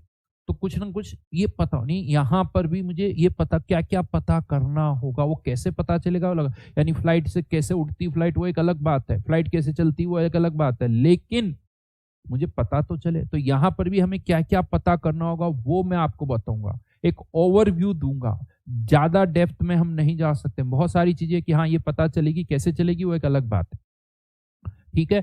तो हर चीज आपको यहां डिराइव नहीं करनी, लेकिन अप्रोच आपको समझ में आनी चाहिए। चलिए तो क्या है ये कोलिजन थ्योरी, उस पर आते हैं। तो collision theory of reaction heading डाल दीजिए। ये थ्योरी क्या कहती है? According to collision theory the reactant molecules are assumed to be hard sphere and reaction is postulated to occur when molecules collide with each other। तो ये एक दो लाइनें देखो, कभी कभी क्या ना थ्योरेटिकल स्टेटमेंट वाले क्वेश्चन आ जाते हैं। तो इस थ्योरी में हम पूरा ये मानते हैं कि जो रिएक्टेंट मॉलिक्यूल्स है वो स्फेरिकल है, हार्ड स्फीयर्स है, मतलब टकराने के बाद उनका शेप चेंज नहीं होगा, स्फेरिकल है तो स्फेरिकल ही रहेंगे। और रिएक्शन कब होती है? जब वो आपस में एक दूसरे से टकराते हैं। अब ये बात कहां से आई आप ये पूछोगे, तो इसका बड़ा सिंपल सा आंसर, अगर मैं आपसे कहूं H2 और I2 रिएक्ट करके HI बनाते हैं, ठीक है साहब, लेकिन मैं आपसे कहता हूं एक अलग कंटेनर में आयोडीन भरी हुई है, एक दूसरे कंटेनर में हाइड्रोजन भरी हुई, तो क्या HI बन जाता है क्या? अलग अलग कंटेनर में है तो नहीं बनता। लेकिन अगर आप H2 और I2 को एक ही कंटेनर में डाल दो तो HI बनता है। इसका मतलब जब वो एक दूसरे के कांटेक्ट में आते हैं, एक दूसरे को टच करते हैं, मतलब टच करना ही कोलाइड करना है, तो प्रोडक्ट बनता है। तो कोलिजन थ्योरी यही कहती है कि अगर आप चाहते हो कि प्रोडक्ट बने तो मॉलिक्यूल्स के बीच में कोलिजन होना चाहिए। Reaction is postulated to occur when molecules collide with each other. ये थोड़ी एनसीईआरटी की लैंग्वेज मैंने लिखी है। पोस्टुलेट मतलब ये प्रेडिक्शन हमारा कि यार रिएक्शन तभी होगी जब मॉलिक्यूल्स एक दूसरे के साथ कोलाइड करेंगे। हाँ, विदाउट इंटरेक्शन नो रिएक्शन, बिल्कुल सही कहा कार्तिक। हाँ, अब तो फिर इस थ्योरी के अकॉर्डिंग यानी प्रोडक्ट बनाने के लिए रिएक्टेंट मॉलिक्यूल्स के बीच में क्या होना चाहिए? कोलिजन होना चाहिए। तो पर सेकंड कितने रिएक्टेंट मॉलिक्यूल्स प्रोडक्ट में जाएंगे? तो आप कह सकते हो फिर तो सर बड़ा सिंपल सा, जितने कोलिजन्स होंगे, जितने कोलिजन्स होंगे, 100 कोलिजन्स होंगे तो 100 रिएक्टेंट मॉलिक्यूल प्रोडक्ट में जाएंगे, 200 होंगे तो 200 जाएंगे, 1 बिलियन होंगे तो 1 बिलियन जाएंगे, 1 ट्रिलियन कोलिजन होंगे तो 1 ट्रिलियन जाएंगे, कह सकते हो 1 मोल कोलिजन्स होंगे तो 1 मोल रिएक्टेंट मॉलिक्यूल्स प्रोडक्ट में चले जाएंगे। तो हमें केवल अब ये फाइंड आउट करना है कि यार रिएक्टेंट मॉलिक्यूल्स के बीच में एक सेकंड में कितने कोलिजन्स हो रहे हैं। एक सेकंड में जितने कोलिजन्स होंगे उतना ही रिएक्टेंट प्रोडक्ट में कन्वर्ट होगा। तो अब हमें ये निकालना है कि नंबर ऑफ कोलिजन्स कितने हो रहे हैं। अब आप सोचो एक कंटेनर में हाइड्रोजन और आयोडीन भरी हुई। अभी मैं ज्यादातर यही वाला एग्जांपल लूंगा, H2 और I2। आप इसको ऐसे भी सोच सकते हो, A और B, या तो मैं H2 और I2 बोलूंगा या A और B बोलूंगा, ठीक है ना। H2A iodine B। तो A और B के बीच में कितने कोलिजन्स हो रहे हैं। अब आपको सर एक कंटेनर में इतने सारे मॉलिक्यूल्स हैं, क्योंकि एक मोल मॉलिक्यूल अगर आयोडीन है, एक मोल H2 है, तो नंबर्स तो बहुत सारे हो गए, 10 की पावर 23, जो कि बहुत बड़ा नंबर। और ये अच्छी खासी स्पीड से मूव करते, तो नंबर ऑफ कोलिजन्स तो बहुत सारे होंगे इनके बीच में। हमें कैसे पता चले, बट ये हम निकाल सकते हैं। एक सेकंड में एक कंटेनर में आयोडीन और H2 के बीच में कितने कोलिजन्स हो रहे हैं, ये हम निकाल सकते हैं। और इनफैक्ट जिन्होंने 11th में मेरे से पढ़ा है या कहीं और से पढ़ा है, गैसियस स्टेट चैप्टर में फॉर्मूले डिराइव करते हैं। Collision frequency, mean free path के फॉर्मूले डिराइव करते हो, हाँ है ना। ZAB, Z12, ये ZAB कोलिजन फ्रीक्वेंसी, ये क्या है, number of collisions between A and B। तो अगर आप में से किसी को ये फॉर्मूला पता है तो बहुत अच्छी बात है, नहीं पता है तो बस केवल फॉर्मूला याद करो, उसका डेरिवेशन पर अभी ज्यादा फोकस मत करना। ना तो मैं डेरिवेशन बता रहा हूं बस, लेकिन आपको फॉर्मूला पता होना चाहिए। थोड़ी मैं यहाँ पर लिख रहा हूँ, वो नोट कर लेना। कोलिजन फ्रीक्वेंसी एक वर्ड यूज होता है, वो क्या होता है, number of collisions between A and B पर सेकंड पर यूनिट वॉल्यूम, इसको बोला जाता है कोलिजन फ्रीक्वेंसी। एनसीईआरटी में भी अगर आप काइनेटिक्स चैप्टर उठाओगे तो उसमें ये वर्ड मिलेगा आपको, कोलिजन फ्रीक्वेंसी। वैसे ये वर्ड कोलिजन फ्रीक्वेंसी डिटेल में कहाँ पढ़ते हैं, गैसेस स्टेट में, और एनसीईआरटी वालों ने गैसेस स्टेट चैप्टर ही हटा दिया, बट उन्होंने ये वर्ड रखा काइनेटिक्स। तो अब कोई काइनेटिक्स पढ़ेगा तो उसको पता ही नहीं चलेगा कि वर्ड क्या है। तो बहुत बार एनसीईआरटी में ऐसी कोई टर्म आ जाती है, वो कहां से आई वो नहीं बताई जाती, तो ये गड़बड़ है ना। पर सेकंड की मैं बात करूं, पर सेकंड पर यूनिट वॉल्यूम, इसको बोला जाता है कोलिजन फ्रीक्वेंसी, जिसको हम ZAB से रिप्रेजेंट करेंगे। किससे, ZAB से। तो अब यहां पर ZAB का एक फॉर्मूला भी लिख रहा हूं। ये फॉर्मूला कहां से आया, इस पर बिल्कुल दिमाग मत लगाना। ये नहीं कि फॉर्मूला पता चल गया कहां से आएगा तो आपको बहुत कुछ समझ में आने वाला नहीं। इस थ्योरी में, इस पूरी डिस्कशन में तो बस हाँ आपको पता होना चाहिए कि ये फॉर्मूला होता है, दैट्स इट। क्या है ये फॉर्मूला, ZAB का pi sigma square U relative, ये रिलेटिव स्पीड है, U रिलेटिव मतलब रिलेटिव स्पीड, एवोगैड्रो नंबर का square, concentration of A into B, ये सब यहाँ लिखा हुआ देखो। Sigma is radius of A plus radius of B, और इसको एक नाम भी दिया जाता है कोलिजन डायामीटर। देखो ये इंफॉर्मेशन है, ज्यादा इस पर मत सोचो। हाँ, जितनी इंफॉर्मेशन दिमाग में रख सकते हो उतना फायदा, क्योंकि अगर मैं पूरा इसको डिराइव भी करूंगा तो अल्टीमेटली ये तो सब ऐसे ही याद करना पड़ेगा आपको।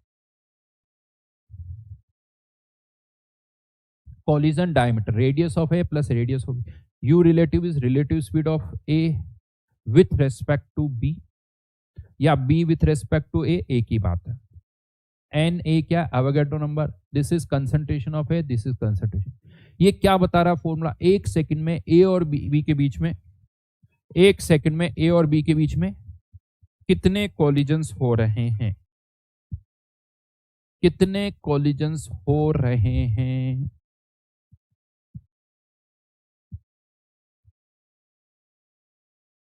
हाँ बिल्कुल पार्थ है जे एडवांस में। और अब हम कह रहे हैं कि कोलिजन थ्योरी ये कह रही कि जितने कोलिजन्स होंगे उतना प्रोडक्ट बनेगा, तो पर सेकंड इतना प्रोडक्ट बनेगा, तो यही हमारी कौन सी रेट हो गई, थ्योरेटिकल रेट। ये हमारी, हम कह रहे हैं थ्योरेटिकल रेट, यानी थ्योरी से जो निकली है, तो मैं कह रहा हूं ये थ्योरेटिकल रेट है। अब हमने क्या किया, एक कंटेनर में H2 और I2 डाला, इस फॉर्मूले से थ्योरेटिकल रेट निकाली, और यही इसी रिएक्शन की रेट एक्सपेरिमेंटली भी मेजर की, और हमने थ्योरेटिकल रेट और एक्सपेरिमेंटल रेट को कंपेयर किया। तो हमने क्या देखा, आपको क्या लगता है, इतना आसान सब कुछ है लाइफ में? कुछ नहीं बेटा इतना आसान। वो थ्योरेटिकल और एक्सपेरिमेंटल रेट जो है उसमें अच्छा खासा डिफरेंस था। थ्योरेटिकल रेट अलग, एक्सपेरिमेंटल रेट अलग। तो मतलब ये सारे फंडे गलत, छोड़ो इसको। नहीं, ऐसा नहीं। इतनी जल्दी हार मानने से तो कुछ भी नहीं मिलता, हमेशा हार ही मिलेगी ये मेथड। किसी चीज पर थोड़ा सा दिमाग लगाए तो थोड़ा और सोचना पड़ेगा, थोड़ा और दिमाग लगाना पड़ेगा। यानी वही वाली बात है, एक क्वेश्चन में थोड़ा सोचोगे अरे यार ये तो नहीं हो रहा, तो कभी नहीं होगा। थोड़ा रुकोगे, ठहरोगे, थोड़ा और सोचोगे तो वो होगा। तो अब ये एक थॉट तो आता है, इसका मतलब ये जो इतने कोलिजन्स जो हम कह रहे हैं हो ही नहीं रहे, जो हमने कहा ना इतने कोलिजन्स हो रहे होंगे वो नहीं हो रहे होंगे, इसका मतलब ये फॉर्मूला गलत है, you pi sigma square you relative. तो आंसर इज नो, ये फॉर्मूला तो सही है सर, ये फॉर्मूला गलत नहीं है। तो अगर पर सेकंड इतने कोलिजन्स हो रहे हैं लेकिन प्रोडक्ट तो इतने नहीं बन रहे हैं, इसका मतलब क्या है? तो यहां पर मैं आपको इसका मतलब ये है कि जितने भी कोलिजन्स हो रहे हैं हर एक कोलिजन से प्रोडक्ट नहीं बन रहा है, इनमें से कुछ ही कोलिजन्स ऐसे हैं जिससे प्रोडक्ट बन रहा है। ऐसे कोलिजन्स को हम कहते हैं इफेक्टिव कोलिजन्स, यानी जो कोलिजन्स हो रहे हैं उसमें से कुछ इफेक्टिव है कुछ इफेक्टिव नहीं है। तो अब आप पूछोगे सर हमें कैसे पता चलेगा कौन सा इफेक्टिव और कौन सा इफेक्टिव नहीं है? सही बात है, नेचुरल क्वेश्चन है। तो यहां पर कौन से कोलिजन्स इफेक्टिव होंगे, उसकी दो कंडीशंस हैं। उनकी दो कंडीशंस है, उन्हें हम दो कंडीशन या बैरियर बोलते हैं, एक है एनर्जी बैरियर और दूसरा ओरिएंटेशन बैरियर। जो कोलिजन्स इन दोनों कंडीशंस को फुलफिल करेगा, सेटिस्फाई करेगा, वो तो प्रोडक्ट में कन्वर्ट होगा। बाकी कोलिजन्स होंगे लेकिन उससे प्रोडक्ट नहीं बनने वाला है। तो ये दो कंडीशंस क्या है वो हम डिस्कस करेंगे। तो यहां पर थोड़ा सा लिखिए पहले, ताकि ये लैंग्वेज भी थोड़ी मैंने कोशिश की एनसीईआरटी की यूज की, ताकि जब आप एनसीईआरटी पढ़ो तब प्रॉब्लम ना हो। और ये मैं आपको बता दूं, इस पर्टिकुलर पार्ट को एनसीईआरटी से भी आपको पढ़ना है। वैसे मैंने काफी कुछ उसको यूज कर लिया तो ज्यादा आपको एनसीईआरटी पढ़ने में प्रॉब्लम नहीं आएगी, बट फिर भी यहाँ पर क्या लिखा हुआ है, the theoretical rate calculated above was found to be much higher than the experimental rate, therefore it was concluded that, ये एनसीईआरटी की एग्जैक्ट लैंग्वेज नहीं है, concluded that not all the collisions result in product formation. To form products, collisions must be effective. For a collision to be effective, following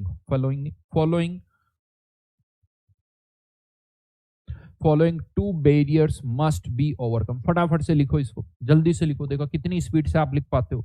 check your speed, लिखने की speed, और अच्छी writing में, ऐसा नहीं कि लिख तो लिया लेकिन कोई पढ़ नहीं पा रहा बाद में, ऐसा नहीं होना चाहिए। अब कार्तिक कोलिजन से क्या होगा वो सब मैं बताऊंगा, वेट करो। स्पीड कोलिजन कुछ नहीं होता बेटा, कोलिजन कोलिजन ही होता है। हाँ, कोई कम स्पीड में कोई ज्यादा स्पीड में होता है बस, बट कोलिजन ही कहलाता है।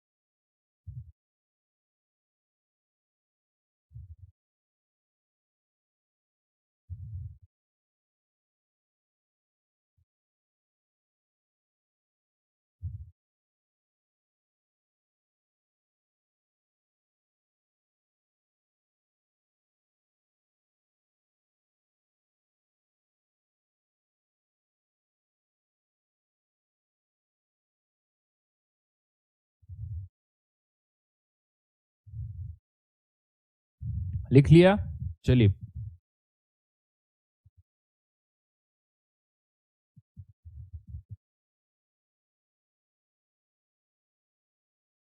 अभी वही बताऊंगा बेटा, किससे प्रोडक्ट बनेगा सब बताऊंगा। अब हमें ये देखना है कि कौन से कोलिजन से प्रोडक्ट बनेगा, कौन से कोलिजन से नहीं बनेगा। ठीक है, तो पहला बैरियर है, फर्स्ट कंडीशन है एनर्जी बैरियर। फर्स्ट कंडीशन है energy barrier.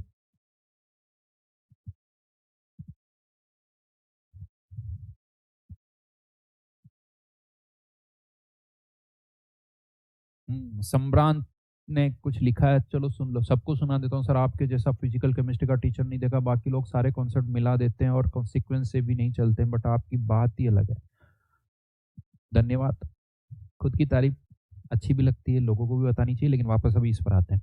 Energy barrier, potential, एक कर्व मैं यहाँ प्लॉट कर रहा हूँ। वाई एक्सिस पर क्या है? पोटेंशियल एनर्जी, एक्स एक्सिस पर रिएक्शन कोऑर्डिनेट। बट ये क्या है अभी मत सोचना, इसकी बात बाद में करेंगे, इसकी बात बाद में करेंगे, ज्यादा इंपॉर्टेंट नहीं है ये, ठीक है। अब कोई भी रिएक्टेंट मॉलिक्यूल प्रोडक्ट में कैसे कन्वर्ट होता है वो थोड़ा सा सोचते हैं, ठीक है। H2 और I2 वाला ही एग्जांपल लेते हैं, इसको थोड़ा सा देखते हैं क्या बनता है। देखो H2 और I2 जब आपस में रिएक्ट करते हैं, जैसे एक सिचुएशन सोचते हैं कि मान लो ये रिएक्शन आपको पता है 500 केल्विन पर ये रिएक्शन होती है। अब आपने एक कंटेनर में हाइड्रोजन और आयोडीन डाला 300 केल्विन पर, ठीक है। 300 केल्विन पर आपने H2 और I2 डाला,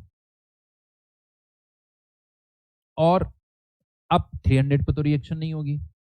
धीरे धीरे आप क्या कर रहे हो, उसका टेम्परेचर बढ़ा रहे हो। टेम्परेचर 300 से आपने बढ़ाना स्टार्ट किया, अभी प्रोडक्ट नहीं बना क्योंकि रिएक्शन किस टेम्परेचर पर? 500। तो आपको क्या करना है? टेम्परेचर बढ़ाना है। आप एनर्जी दे रहे हो ताकि टेम्परेचर बढ़े। यहां पर मैं एक चीज क्लियर कर दूं, हो सकता है आप में से पता हो या कुछ को नहीं पता हो। एक सब्सटेंस की, एक कोई भी सिस्टम जो होता है उसमें दो ही एनर्जी होती है, काइनेटिक एनर्जी और पोटेंशियल एनर्जी। जो काइनेटिक एनर्जी होती है सबको पता है, वो टेम्परेचर पर डिपेंड करती है। टेम्परेचर बढ़ेगा तो काइनेटिक एनर्जी बढ़ रही है, टेम्परेचर कम हो रहा है तो काइनेटिक एनर्जी कम हो रही है, टेम्परेचर कांस्टेंट है तो काइनेटिक एनर्जी भी सिस्टम की कांस्टेंट है, राइट। यानी kinetic energy is directly proportional to temperature. और पोटेंशियल एनर्जी, बॉन्ड एनर्जी होती है, बॉन्ड अट्रैक्शन के कारण जो एनर्जी होती है, यानी बॉन्ड एनर्जी भी क्या? इलेक्ट्रोस्टैटिक फोर्स है, तो bond energy is potential energy. Bond, अगर आप बॉन्ड तोड़ रहे हो, मॉलिक्यूल्स एक दूसरे से दूर दूर जा रहे हैं, तो पोटेंशियल एनर्जी बढ़ रही है।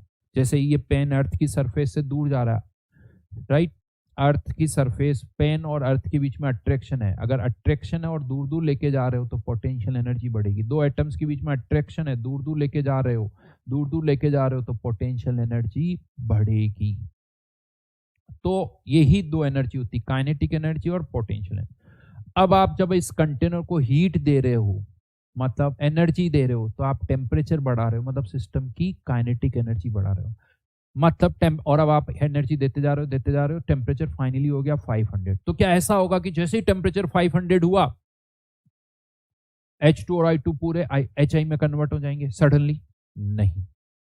अब आप कहोगे कि हाँ, अब रिएक्टेंट्स प्रोडक्ट में कन्वर्ट होना स्टार्ट करेंगे, अब रिएक्शन स्टार्ट होगी। अभी तक तो कंटेनर में H2 और I2 ही है, आपने उसका टेम्परेचर बढ़ा दिया और टेम्परेचर कर दिया 500, अभी भी कंटेनर में H2 और I2, हाँ उनकी काइनेटिक एनर्जी बढ़ गई क्योंकि टेम्परेचर बढ़ा, मतलब काइनेटिक एनर्जी बढ़ी है, ध्यान रखना। अब आपका काम हो गया खत्म, आपका काम था टेम्परेचर बढ़ाना, वो आपने बढ़ा दिया, अब आपका कोई काम नहीं है, अब आप साइड में कुर्सी लगा के बैठ जाओ। अब रिएक्शन स्टार्ट होगी। अब मेरा क्वेश्चन ये है कि अब रिएक्शन होगी, मतलब H2 और I2 रिएक्ट करके HI में कन्वर्ट होंगे, लेकिन H2 और I2 जब HI में कन्वर्ट होंगे तो उससे पहले HH के बीच का बॉन्ड टूटना चाहिए और II के बीच का बॉन्ड टूटना चाहिए। तो पहले तो मुझे बताओ, क्या टेम्परेचर जब आपने 500 किया तो सारे HH और II के बॉन्ड, बीच के बॉन्ड टूट गए? नहीं भाई, अभी नहीं टूटे, अभी तो कंटेनर में H2 और I2 है। तो फिर अब बॉन्ड भी टूटेंगे और प्रोडक्ट भी नहीं, यानी सब कुछ यहां से स्टार्ट हो रहा है। अब मुझे ये बताओ कि अब अगर H2 और I2 के बीच के बॉन्ड टूटेंगे तो उसके लिए तो एनर्जी चाहिए, एनर्जी चाहिए ना भाई। बॉन्ड टूटेंगे, मॉलिक्यूल्स, एटम्स एक दूसरे से दूर दूर जा रहे हैं, तो पोटेंशियल एनर्जी बढ़ेगी। वो एनर्जी कहां से आएगी? वो एनर्जी कहां से आएगी बताओ? बॉन्ड तोड़ने, और आप अब कोई एनर्जी नहीं दे रहे हो, आपको जो एनर्जी देनी थी वो दे चुके, आपने टेम्परेचर बढ़ा दिया 500 केल्विन, अब नहीं दे रहे हो। ये नहीं कि हाँ सर मैं बैठा हुआ तो हूं अरे भाई आपको जो करना था कर चुके हो, अब आप एनर्जी नहीं दे रहे हो, बाहर से कोई एनर्जी कोई नहीं दे रहा, आपका काम था 500 केल्विन टेम्परेचर करना, कर दिया। यस सही बोल रहे हो। मैं बताता हूं इसको सोचना कैसे है, थॉट प्रोसेस कैसे। बहुत सारी जनता को क्या लगता है सर कोलिजन से, अरे कोलिजन से कोई नई एनर्जी थोड़ी आ जाए, एनर्जी तो काइनेटिक और पोटेंशियल ही है। बस कोलिजन से एनर्जी, अभी एनर्जी सिस्टम में दो ही है, काइनेटिक और पोटेंशियल, और कोई एनर्जी नहीं है। मैं बताता हूं कैसे सारी चीजें होती है। जब ये H2 और I2 का मॉलिक्यूल एक दूसरे की ओर अप्रोच करते हैं ना, तो जब ये एक दूसरे की ओर आते हैं तो एक इनके बीच के बॉन्ड अपने आप टूटने लगते हैं, बॉन्ड टूटने लगता। अब बॉन्ड टूटने के लिए क्या चाहिए, एनर्जी। एनर्जी मतलब पोटेंशियल, बॉन्ड टूटेंगे तो पोटेंशियल एनर्जी बढ़ेगी। तो ये एनर्जी आएगी कहां से, तो ये जो मॉलिक्यूल्स एक दूसरे की ओर आ रहे हैं ना, इनकी काइनेटिक एनर्जी किस में कन्वर्ट होती है, बॉन्ड तोड़ने में। यानी काइनेटिक एनर्जी किस में चली जाती, पोटेंशियल एनर्जी में। तो ये अपनी ही काइनेटिक एनर्जी को यूज करके अपने अंदर के बीच के बॉन्ड को तोड़ते हैं, मतलब काइनेटिक एनर्जी को किस में कन्वर्ट करते हैं, पोटेंशियल एनर्जी।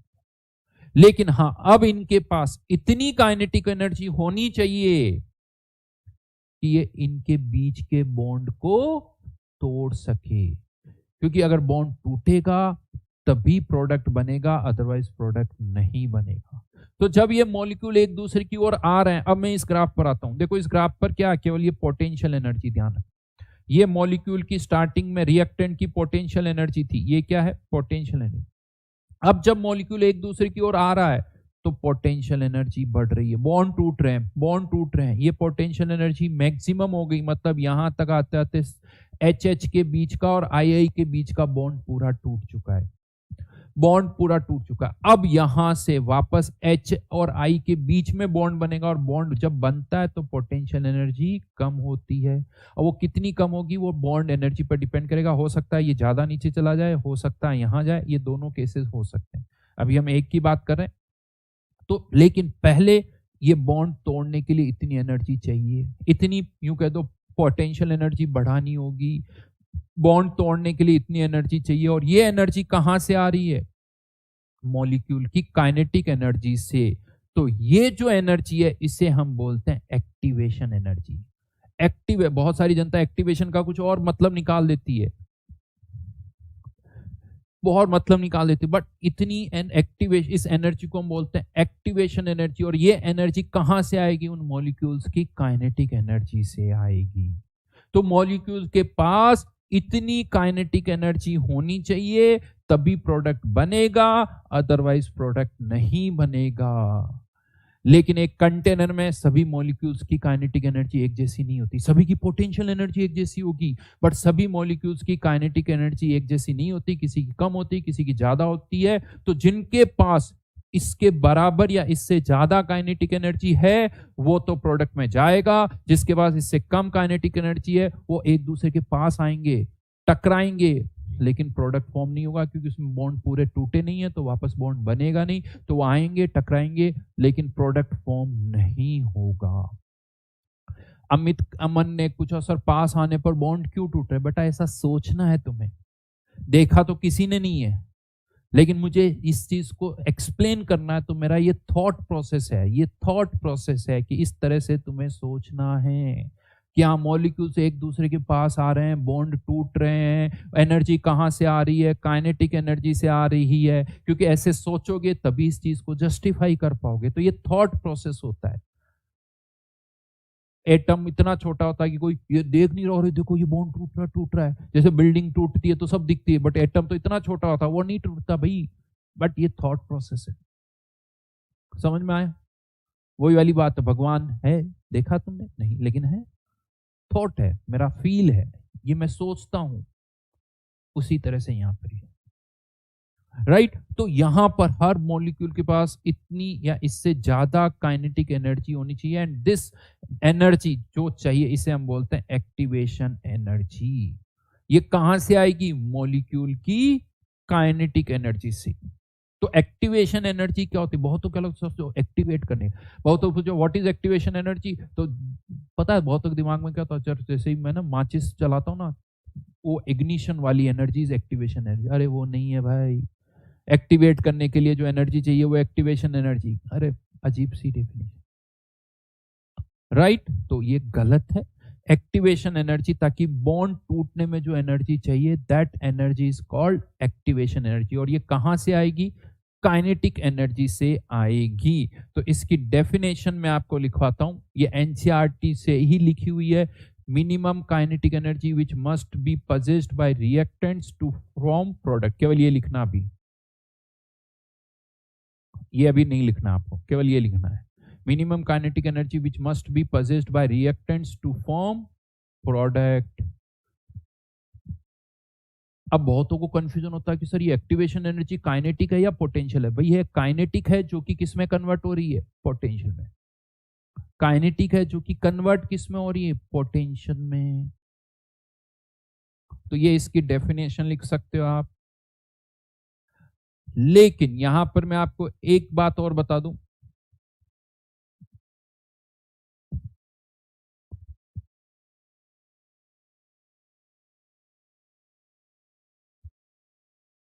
आदित्य बेटा अब मुझे ये बताओ, व्हाई देयर इज ग्रेविटी? इसका क्या आंसर है? ग्रेविटी क्यों है? मैं ही कह दूं why there is light, why there is electrostatic force अगर चार्ज। बट कुछ चीजों के किसी के पास कोई आंसर नहीं है, साइंस के पास भी नहीं है। जब आप बोलते हो ना लो, फर्स्ट लो, सेकंड लो, फेराडेज लो, कुलॉम्स लो, ये होता है, इसका साइंस के पास भी कोई आंसर नहीं। हाँ, उससे साइंस बहुत सारी चीजें एक्सप्लेन करता है, हर चीज का साइंस के पास आंसर नहीं है। एटम ही क्यों बने, मैं तो ये भी पूछ लूं, बनते बस। चलो वापस इस पर आते हैं। तो ये एक्टिवेशन एनर्जी। अब मैं यहां पर एक और चीज बताऊं, हर रिएक्टेंट प्रोडक्ट में कन्वर्ट हो सकता है, प्रोडक्ट वापस रिएक्टेंट में कन्वर्ट हो सकता है। हाँ, अगर रिएक्टेंट प्रोडक्ट में कन्वर्ट हो रहा है तो उसकी एक्टिवेशन एनर्जी को हम बोलते हैं ईए फॉरवर्ड, और प्रोडक्ट वापस रिएक्टेंट में कन्वर्ट हो रहा है तो उसको हम बोलते हैं ईए बैकवर्ड। एचआई भी वापस H2 और I2 में कन्वर्ट हो सकता है। तो forward activation energy, backward activation. और ये रिएक्टेंट की एनर्जी है, ये प्रोडक्ट की एनर्जी है। इन दोनों की एनर्जी का जो डिफरेंस है रिएक्टेंट और प्रोडक्ट, उसको हम बोलते हैं डेल्टा एच। तो ये डेल्टा एच का भी एक फॉर्मूला याद रखो, ईए फॉरवर्ड माइनस ईए बैकवर्ड। अगर ईए फॉरवर्ड माइनस ईए बैकवर्ड, प्रोडक्ट की एनर्जी रिएक्टेंट से कम है तो ये डेल्टा एच नेगेटिव होगा, प्रोडक्ट की एनर्जी रिएक्टेंट से ज्यादा है तो ये डेल्टा एच पॉजिटिव होगा। ये हमें पता ही है कि प्रोडक्ट की एनर्जी ज्यादा है तो मतलब एंडोथर्मिक रिएक्शन है, प्रोडक्ट की एनर्जी कम है रिएक्टेंट से तो वह एक्सोथर्मिक रिएक्शन है। संदीप बेटा हाँ, अभी एक ही इंटरमीडिएट की बात कर रहे हैं, मल्टीपल इंटरमीडिएट वाली केसेस की बात नहीं कर रहे हैं। क्यों काइनेटिक पोटेंशियल? दुनिया में यही होता है बेटा, तुम्हारे रुपए कम होते तो किसी और के बढ़ते हैं, नहीं? तो काइनेटिक एनर्जी कम होती, पोटेंशियल बढ़ेगी, पोटेंशियल कम होगी, काइनेटिक, क्योंकि एनर्जी दो ही फॉर्म में होती है। बिल्कुल अंश सही लिखा है कि kinetic energy is greater than equal to activation energy, तो प्रोडक्ट फॉर्म होगा। पार्थ पूछ रहा है कि सर बॉन्ड फॉर्मेशन होता है तो मतलब बॉन्ड टूटेगा ही क्यों? क्योंकि उसे पता है कि टूटने के बाद वापस बनेगा, तो ओवरऑल अगर उसको फायदा दिखता तो ऐसा होता है, क्योंकि उसे पता है कि टूटने में तो कम एनर्जी देनी पड़ेगी, शायद बनने में ज्यादा निकले, तो इसीलिए वो टूट सकता है। तो ये एक फॉर्मूला याद रखना। अब यहीं पर एक छोटी सी चीज और बता देता हूं, एक्टिवेशन एनर्जी के साथ एक और टर्म थ्रेशोल्ड एनर्जी। सुनना अच्छी तरह से, ढंग से सुनना, कंफ्यूज मत होना। एक्टिवेशन एनर्जी और थ्रेशोल्ड एनर्जी, एक कंटेनर में, पहले एक लाइन ध्यान रखना, एक कंटेनर में सभी मॉलिक्यूल्स की पोटेंशियल एनर्जी एक जैसी होती है। सभी की पोटेंशियल है, सभी मॉलिक्यूल्स की पोटेंशियल एनर्जी एक जैसी होती है, लेकिन किसी की काइनेटिक एनर्जी कम होती है, किसी की ज्यादा होती है। तो एक मॉलिक्यूल की टोटल एनर्जी कैसे निकलेगी? पोटेंशियल एनर्जी प्लस उसकी जो काइनेटिक एनर्जी है, राइट, प्लस उसकी काइनेटिक। अब सभी की पोटेंशियल एनर्जी तो इतनी है, अब किसी की काइनेटिक एनर्जी इतनी होगी, किसी की थोड़ी और ज्यादा होगी, किसी की और ज्यादा भी हो सकती है। तो जिसकी काइनेटिक एनर्जी इतनी है उसकी टोटल एनर्जी हो जाएगी, जिसकी काइनेटिक एनर्जी इतनी है उसकी टोटल एनर्जी हो जाएगी, जिसकी काइनेटिक एनर्जी इतनी हुई है उसकी टोटल एनर्जी। तो जिसकी टोटल एनर्जी, अब टोटल एनर्जी की बात कर रहा हूं, वो इससे ज्यादा होगी, जिसमें पोटेंशियल और काइनेटिक दोनों ऐड कर दिया, तो टोटल एनर्जी अगर थ्रेशोल्ड एनर्जी से ज्यादा होगी तो ही वो प्रोडक्ट में कन्वर्ट होगा। तो यहां डेफिनेशन क्या, मिनिमम एनर्जी, एनर्जी मतलब टोटल, उसकी टोटल एनर्जी आ गई, minimum energy which must be possessed by reactants to form product is called threshold energy. यहां मिनिमम काइनेटिक एनर्जी है या मिनिमम एनर्जी है। काइनेटिक एनर्जी एक्टिवेशन एनर्जी से ज्यादा होनी चाहिए और टोटल एनर्जी थ्रेशोल्ड से ज्यादा होनी चाहिए, राइट? समझ में आ गई मेरी बात? तो थ्रेशोल्ड एनर्जी बेटा एटॉमिक स्ट्रक्चर में कुछ और मीनिंग है, यहां पर कुछ और है, रिलेट मत करो उसको। तो ये दोनों टर्म्स में क्लैरिटी होनी चाहिए, एक्टिवेशन और थ्रेशोल्ड।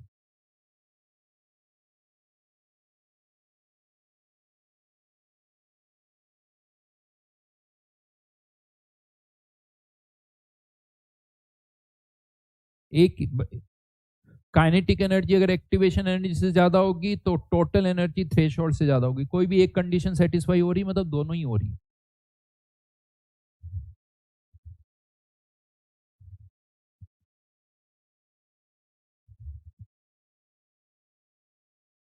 है ना? थोड़ा वापस से सुनना, आ जाएगा। पहली बार दूसरी बार एक दो बार में थोड़ा कंफ्यूजन होता है, दो चीजें जब एक साथ बताओ ना तो थोड़ा कंफ्यूजन होता है, बट एक बार वापस से सुनना, चीजें समझ में आ जाएगी। तो वही मॉलिक्यूल्स प्रोडक्ट में कन्वर्ट होंगे जिनकी काइनेटिक एनर्जी एक्टिवेशन एनर्जी से ज्यादा हो या टोटल एनर्जी थ्रेशोल्ड से ज्यादा हो। अब यहां क्वेश्चन आता है, सर हमें कैसे पता चलेगा कि कितने मॉलिक्यूल्स के पास एक्टिवेशन एनर्जी से ज्यादा काइनेटिक एनर्जी है? हमें कैसे पता चलेगा कि कितने मॉलिक्यूल्स के पास काइनेटिक एनर्जी जो है वो एक्टिवेशन एनर्जी से ज्यादा है? ये कैसे पता चलेगा? तो भाई इसके लिए भी एक फॉर्मूला है। मैंने आपसे क्या कहा था कि हम यहां पर जब डिस्कस कर रहे हैं तो हमें ये पता करना होगा कि अगर मुझे एक रिएक्शन की रेट को थियोरेटिकली निकालना तो क्या क्या पता होना चाहिए। तो एक तो मुझे पता होना चाहिए कि पर सेकंड कितने कोलिजन्स हो रहे हैं, ZAB, वो पता करना होगा। अब दूसरा ये भी पता करना होगा कि कितने मॉलिक्यूल्स की काइनेटिक एनर्जी जो है वो एक्टिवेशन एनर्जी से ज्यादा है।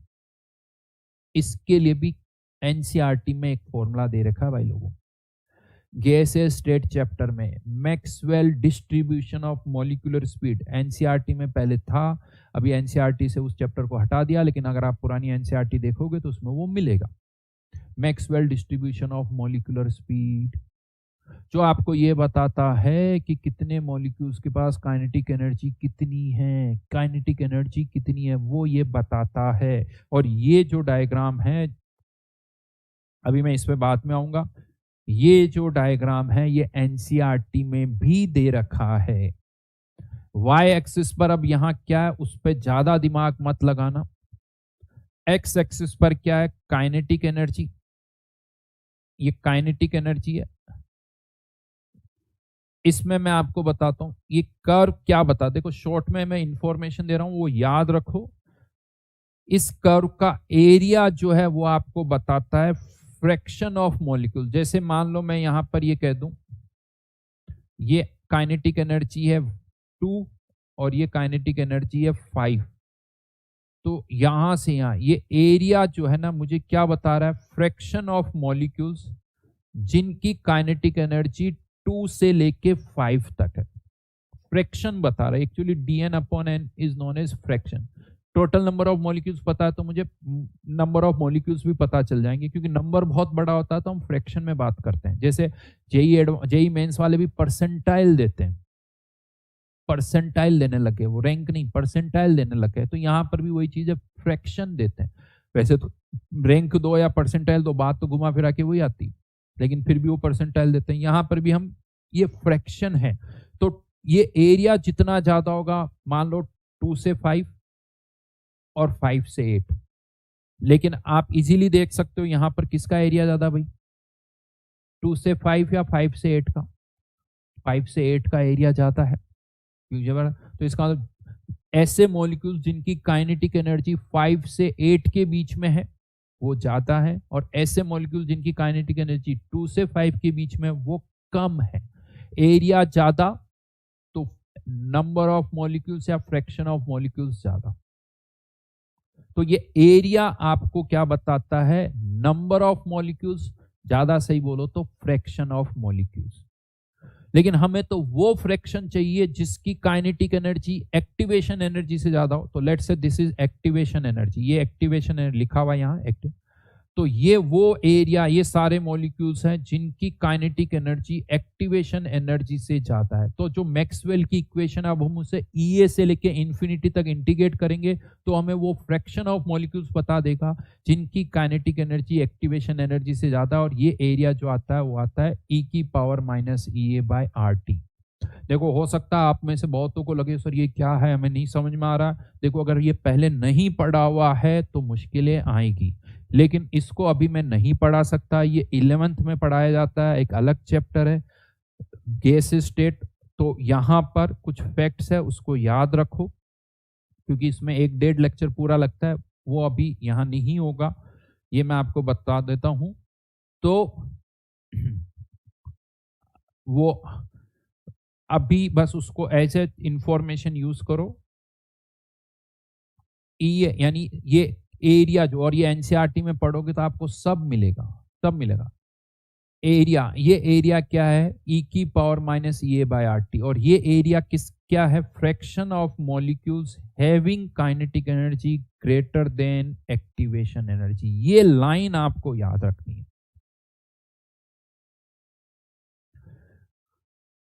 हाँ, ड्रॉपर बेच में देखो, ड्रॉपर बेच में गैस स्टेट में पढ़ाऊंगा, बाद में आएगा वो, लेकिन अभी नहीं, तब वहां पर हम इस चीज को थोड़ा बहुत डिस्कस करेंगे, लेकिन बहुत बाद में आएगा, क्योंकि जो पर्टिकुलर चैप्टर है, पहले हमें जेई मेंस के सारे चैप्टर्स को अच्छी तरह से करना है। देखो, मैं तो सब पढ़ूंगा, तुम टेंशन मत लो, बट तुम्हारे पास टाइम की कमी है, ये मैं आपको बता दूं। तुम लोग सब पढ़ना भी चाहते हो, अच्छी बात है, बहुत अच्छी, लेकिन टाइम की भी एक प्रॉब्लम है। कुछ चीजें जिस टाइम पर होनी चाहिए उसी टाइम पर होनी चाहिए, तो हमें ये भी देखना पड़ेगा कि अभी हमारे लिए क्या ज्यादा जरूरी है, उसको पहले फोकस करें।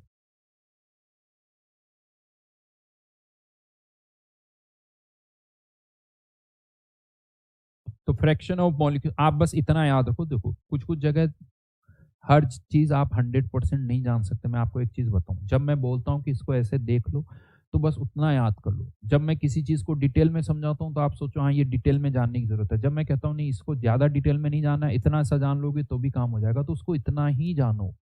ये मैं बार बार बोलता हूँ, अगर मुझे कहीं यहाँ से यूएस से जाना है तो मुझे पता है कि एरोप्लेन से जाना है, मैं ये थोड़ी देखूंगा एरोप्लेन कैसे उड़ता है, कैसे, कितना फ्यूल लगता है, क्या अरे मुझे क्या लेना, मुझे तो पता है कि कितनी बजे फ्लाइट उठेगी, कितनी बजे लैंड करेगी, बस खत्म। वही चीज समझनी है, हर जगह जरूरी नहीं सब। तो यहाँ पर आपको केवल ये देखना है, ये ग्राफ पता होना चाहिए। चलो सर, मेरे को ये ग्राफ पता है, ये ग्राफ ऐसे पता है, ठीक है। जो मैंने इंपॉर्टेंट पार्ट, एरिया क्या है, ये एरिया क्या बता रहा है वो पता, खत्म। इक्वेशन इससे ज्यादा कुछ आएगा नहीं, तो इसमें वहां ज्यादा टेंशन मत लो, है ना। बात समझ में आ गई होगी मेरी। तो ये वो एरिया, यानी इतने फ्रैक्शन कोलाइड करेंगे तो ही प्रोडक्ट बनेगा, बाकी से कोई लेना नहीं। मान लो ये फ्रैक्शन यानी परसेंटेज आ जाता है 10%, तो मतलब 10% कोलिजन ही काम के, बाकी के 90% कोलिजन किसी काम के नहीं है। तो अब हम क्या करेंगे, ZAB को इस फ्रैक्शन e⁻⁻⁸ से मल्टीप्लाई कर देंगे। ठीक है जी, थोड़ा टफ है। मैंने पहले ही आपसे एक लाइन बोली थी, कोलिजन थ्योरी जितनी भी थ्योरी जो उसमें सबसे आसान है, लेकिन ये कितनी आसान है वो पता चली। लेकिन फिर भी आपको सुनना है, या तो मैं क्या करूं, पढ़ो ही ना, मस्त आपकी लाइफ भी कूल, लेकिन बाई दी वे जेई ने अगर इस पर कुछ क्वेश्चन बना दिया तो फिर क्या होगा? देखो, ये नहीं कि सुनो और सब समझ में आए हैं, थोड़ा बहुत भी समझ में आए तो हमें कुछ तो आइडिया लगा। आपके छोड़ने से काम नहीं चलेगा भाई। हाँ, ये जरूर है थोड़ा टाइम आपका लगा है, लेकिन कुछ समझ में आया, कुछ नहीं आया, पर पता तो चला होता क्या है। एफर्ट्स लगो, हो सकता है समझ में ना आए, और एग्जाम में कुछ इसी तरह ग्राफ भी आ गया, थोड़ा बहुत तो काम हो जाए। ग्राफ में केवल यही पूछ लिया कि यार ये एरिया क्या है, तो कम से कम ये तो बता सकते हो ई की पावर माइनस ए बाय आर टी, इतना तो क्लियर कर सकते हो। एक सिंपल क्वेश्चन, अभी मैं आपको तुम बहुत सारे ऐसे बच्चे हैं, सुनना मेरी बात को, इस बार के नीट के पेपर में, नीट का जो पेपर था, बहुत सारे अच्छे स्टूडेंट जो साल भर अच्छा कर रहे थे, फाइनल पेपर में अच्छा नहीं कर पाए। क्यों? क्योंकि उन्हें लगा कि यार नीट में तो फिजिक्स केमिस्ट्री सब आसान ही आती है, तो क्यों इतने टफ क्वेश्चन करने। नहीं किए उन्होंने, 2 साल की तैयारी कर रहे थे, अच्छी आसान आसान जैसा पेपर आता है पिछले सालों के पेपर देके वैसे ही कर रहे थे। फाइनली पेपर में फिजिक्स गलत तरह लेवल की आ गई। जो साल भर अच्छा कर रहे थे उनका अच्छा नहीं गया। क्यों? उन्होंने दिमाग में फिट कर रखा, मैं क्यों करूं, मैं आसान ही करूंगा, आते ही नहीं है, और वो टफ आ गया, मामला बिगड़ गया। तो भैया तैयारी तो सबके लिए। आप सोचो पिछली बार नीट में 660 मार्क्स पर गवर्नमेंट कॉलेज नहीं मिल रहे थे, इस बार 540 मार्क्स पर भी मिल रहा है, 500 ऐसे ही कुछ, मुझे जहां तक पता भी मिल रहा है, यानी 100 सवा 100 मार्क्स कम हो गए सेम रैंक के लिए। इतना मेजर डिफरेंस। पिछली बार मुझे याद है 720 में से 720 कुछ 50-60 बच्चे थे, 700 से ऊपर 720 720 में से 700 के ऊपर कुछ 600 बच्चे थे। इस बार शायद टॉप 10 रैंक के भी आई थिंक मार्क्स उससे, या टॉपर के भी मार्क्स कम है, मेरे को एग्जैक्ट नहीं याद है, बट हो सकता है टॉपर के भी पूरे मार्क्स में 685 या इस पे टॉपर था 686, उसके भी पूरे नहीं आए।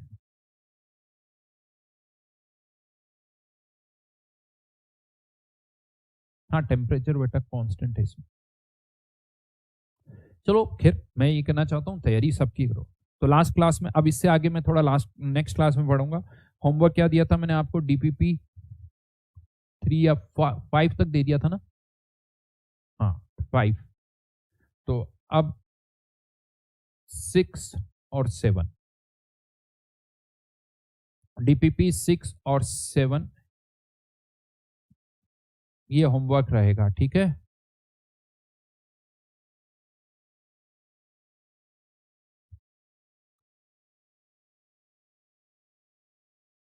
इसे यहीं लिख देता हूँ, इसको थोड़ा बाद में समझूंगा।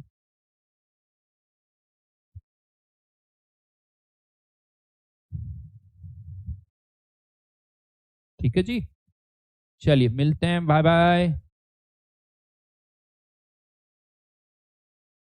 भाई अभी करेंगे, कैसे नहीं हो रहे हैं? डीपीपी के सॉल्यूशन अपलोड हुए हैं, आगे भी होंगे। नहीं, अभी मेरी संडे को कोई क्लास नहीं है।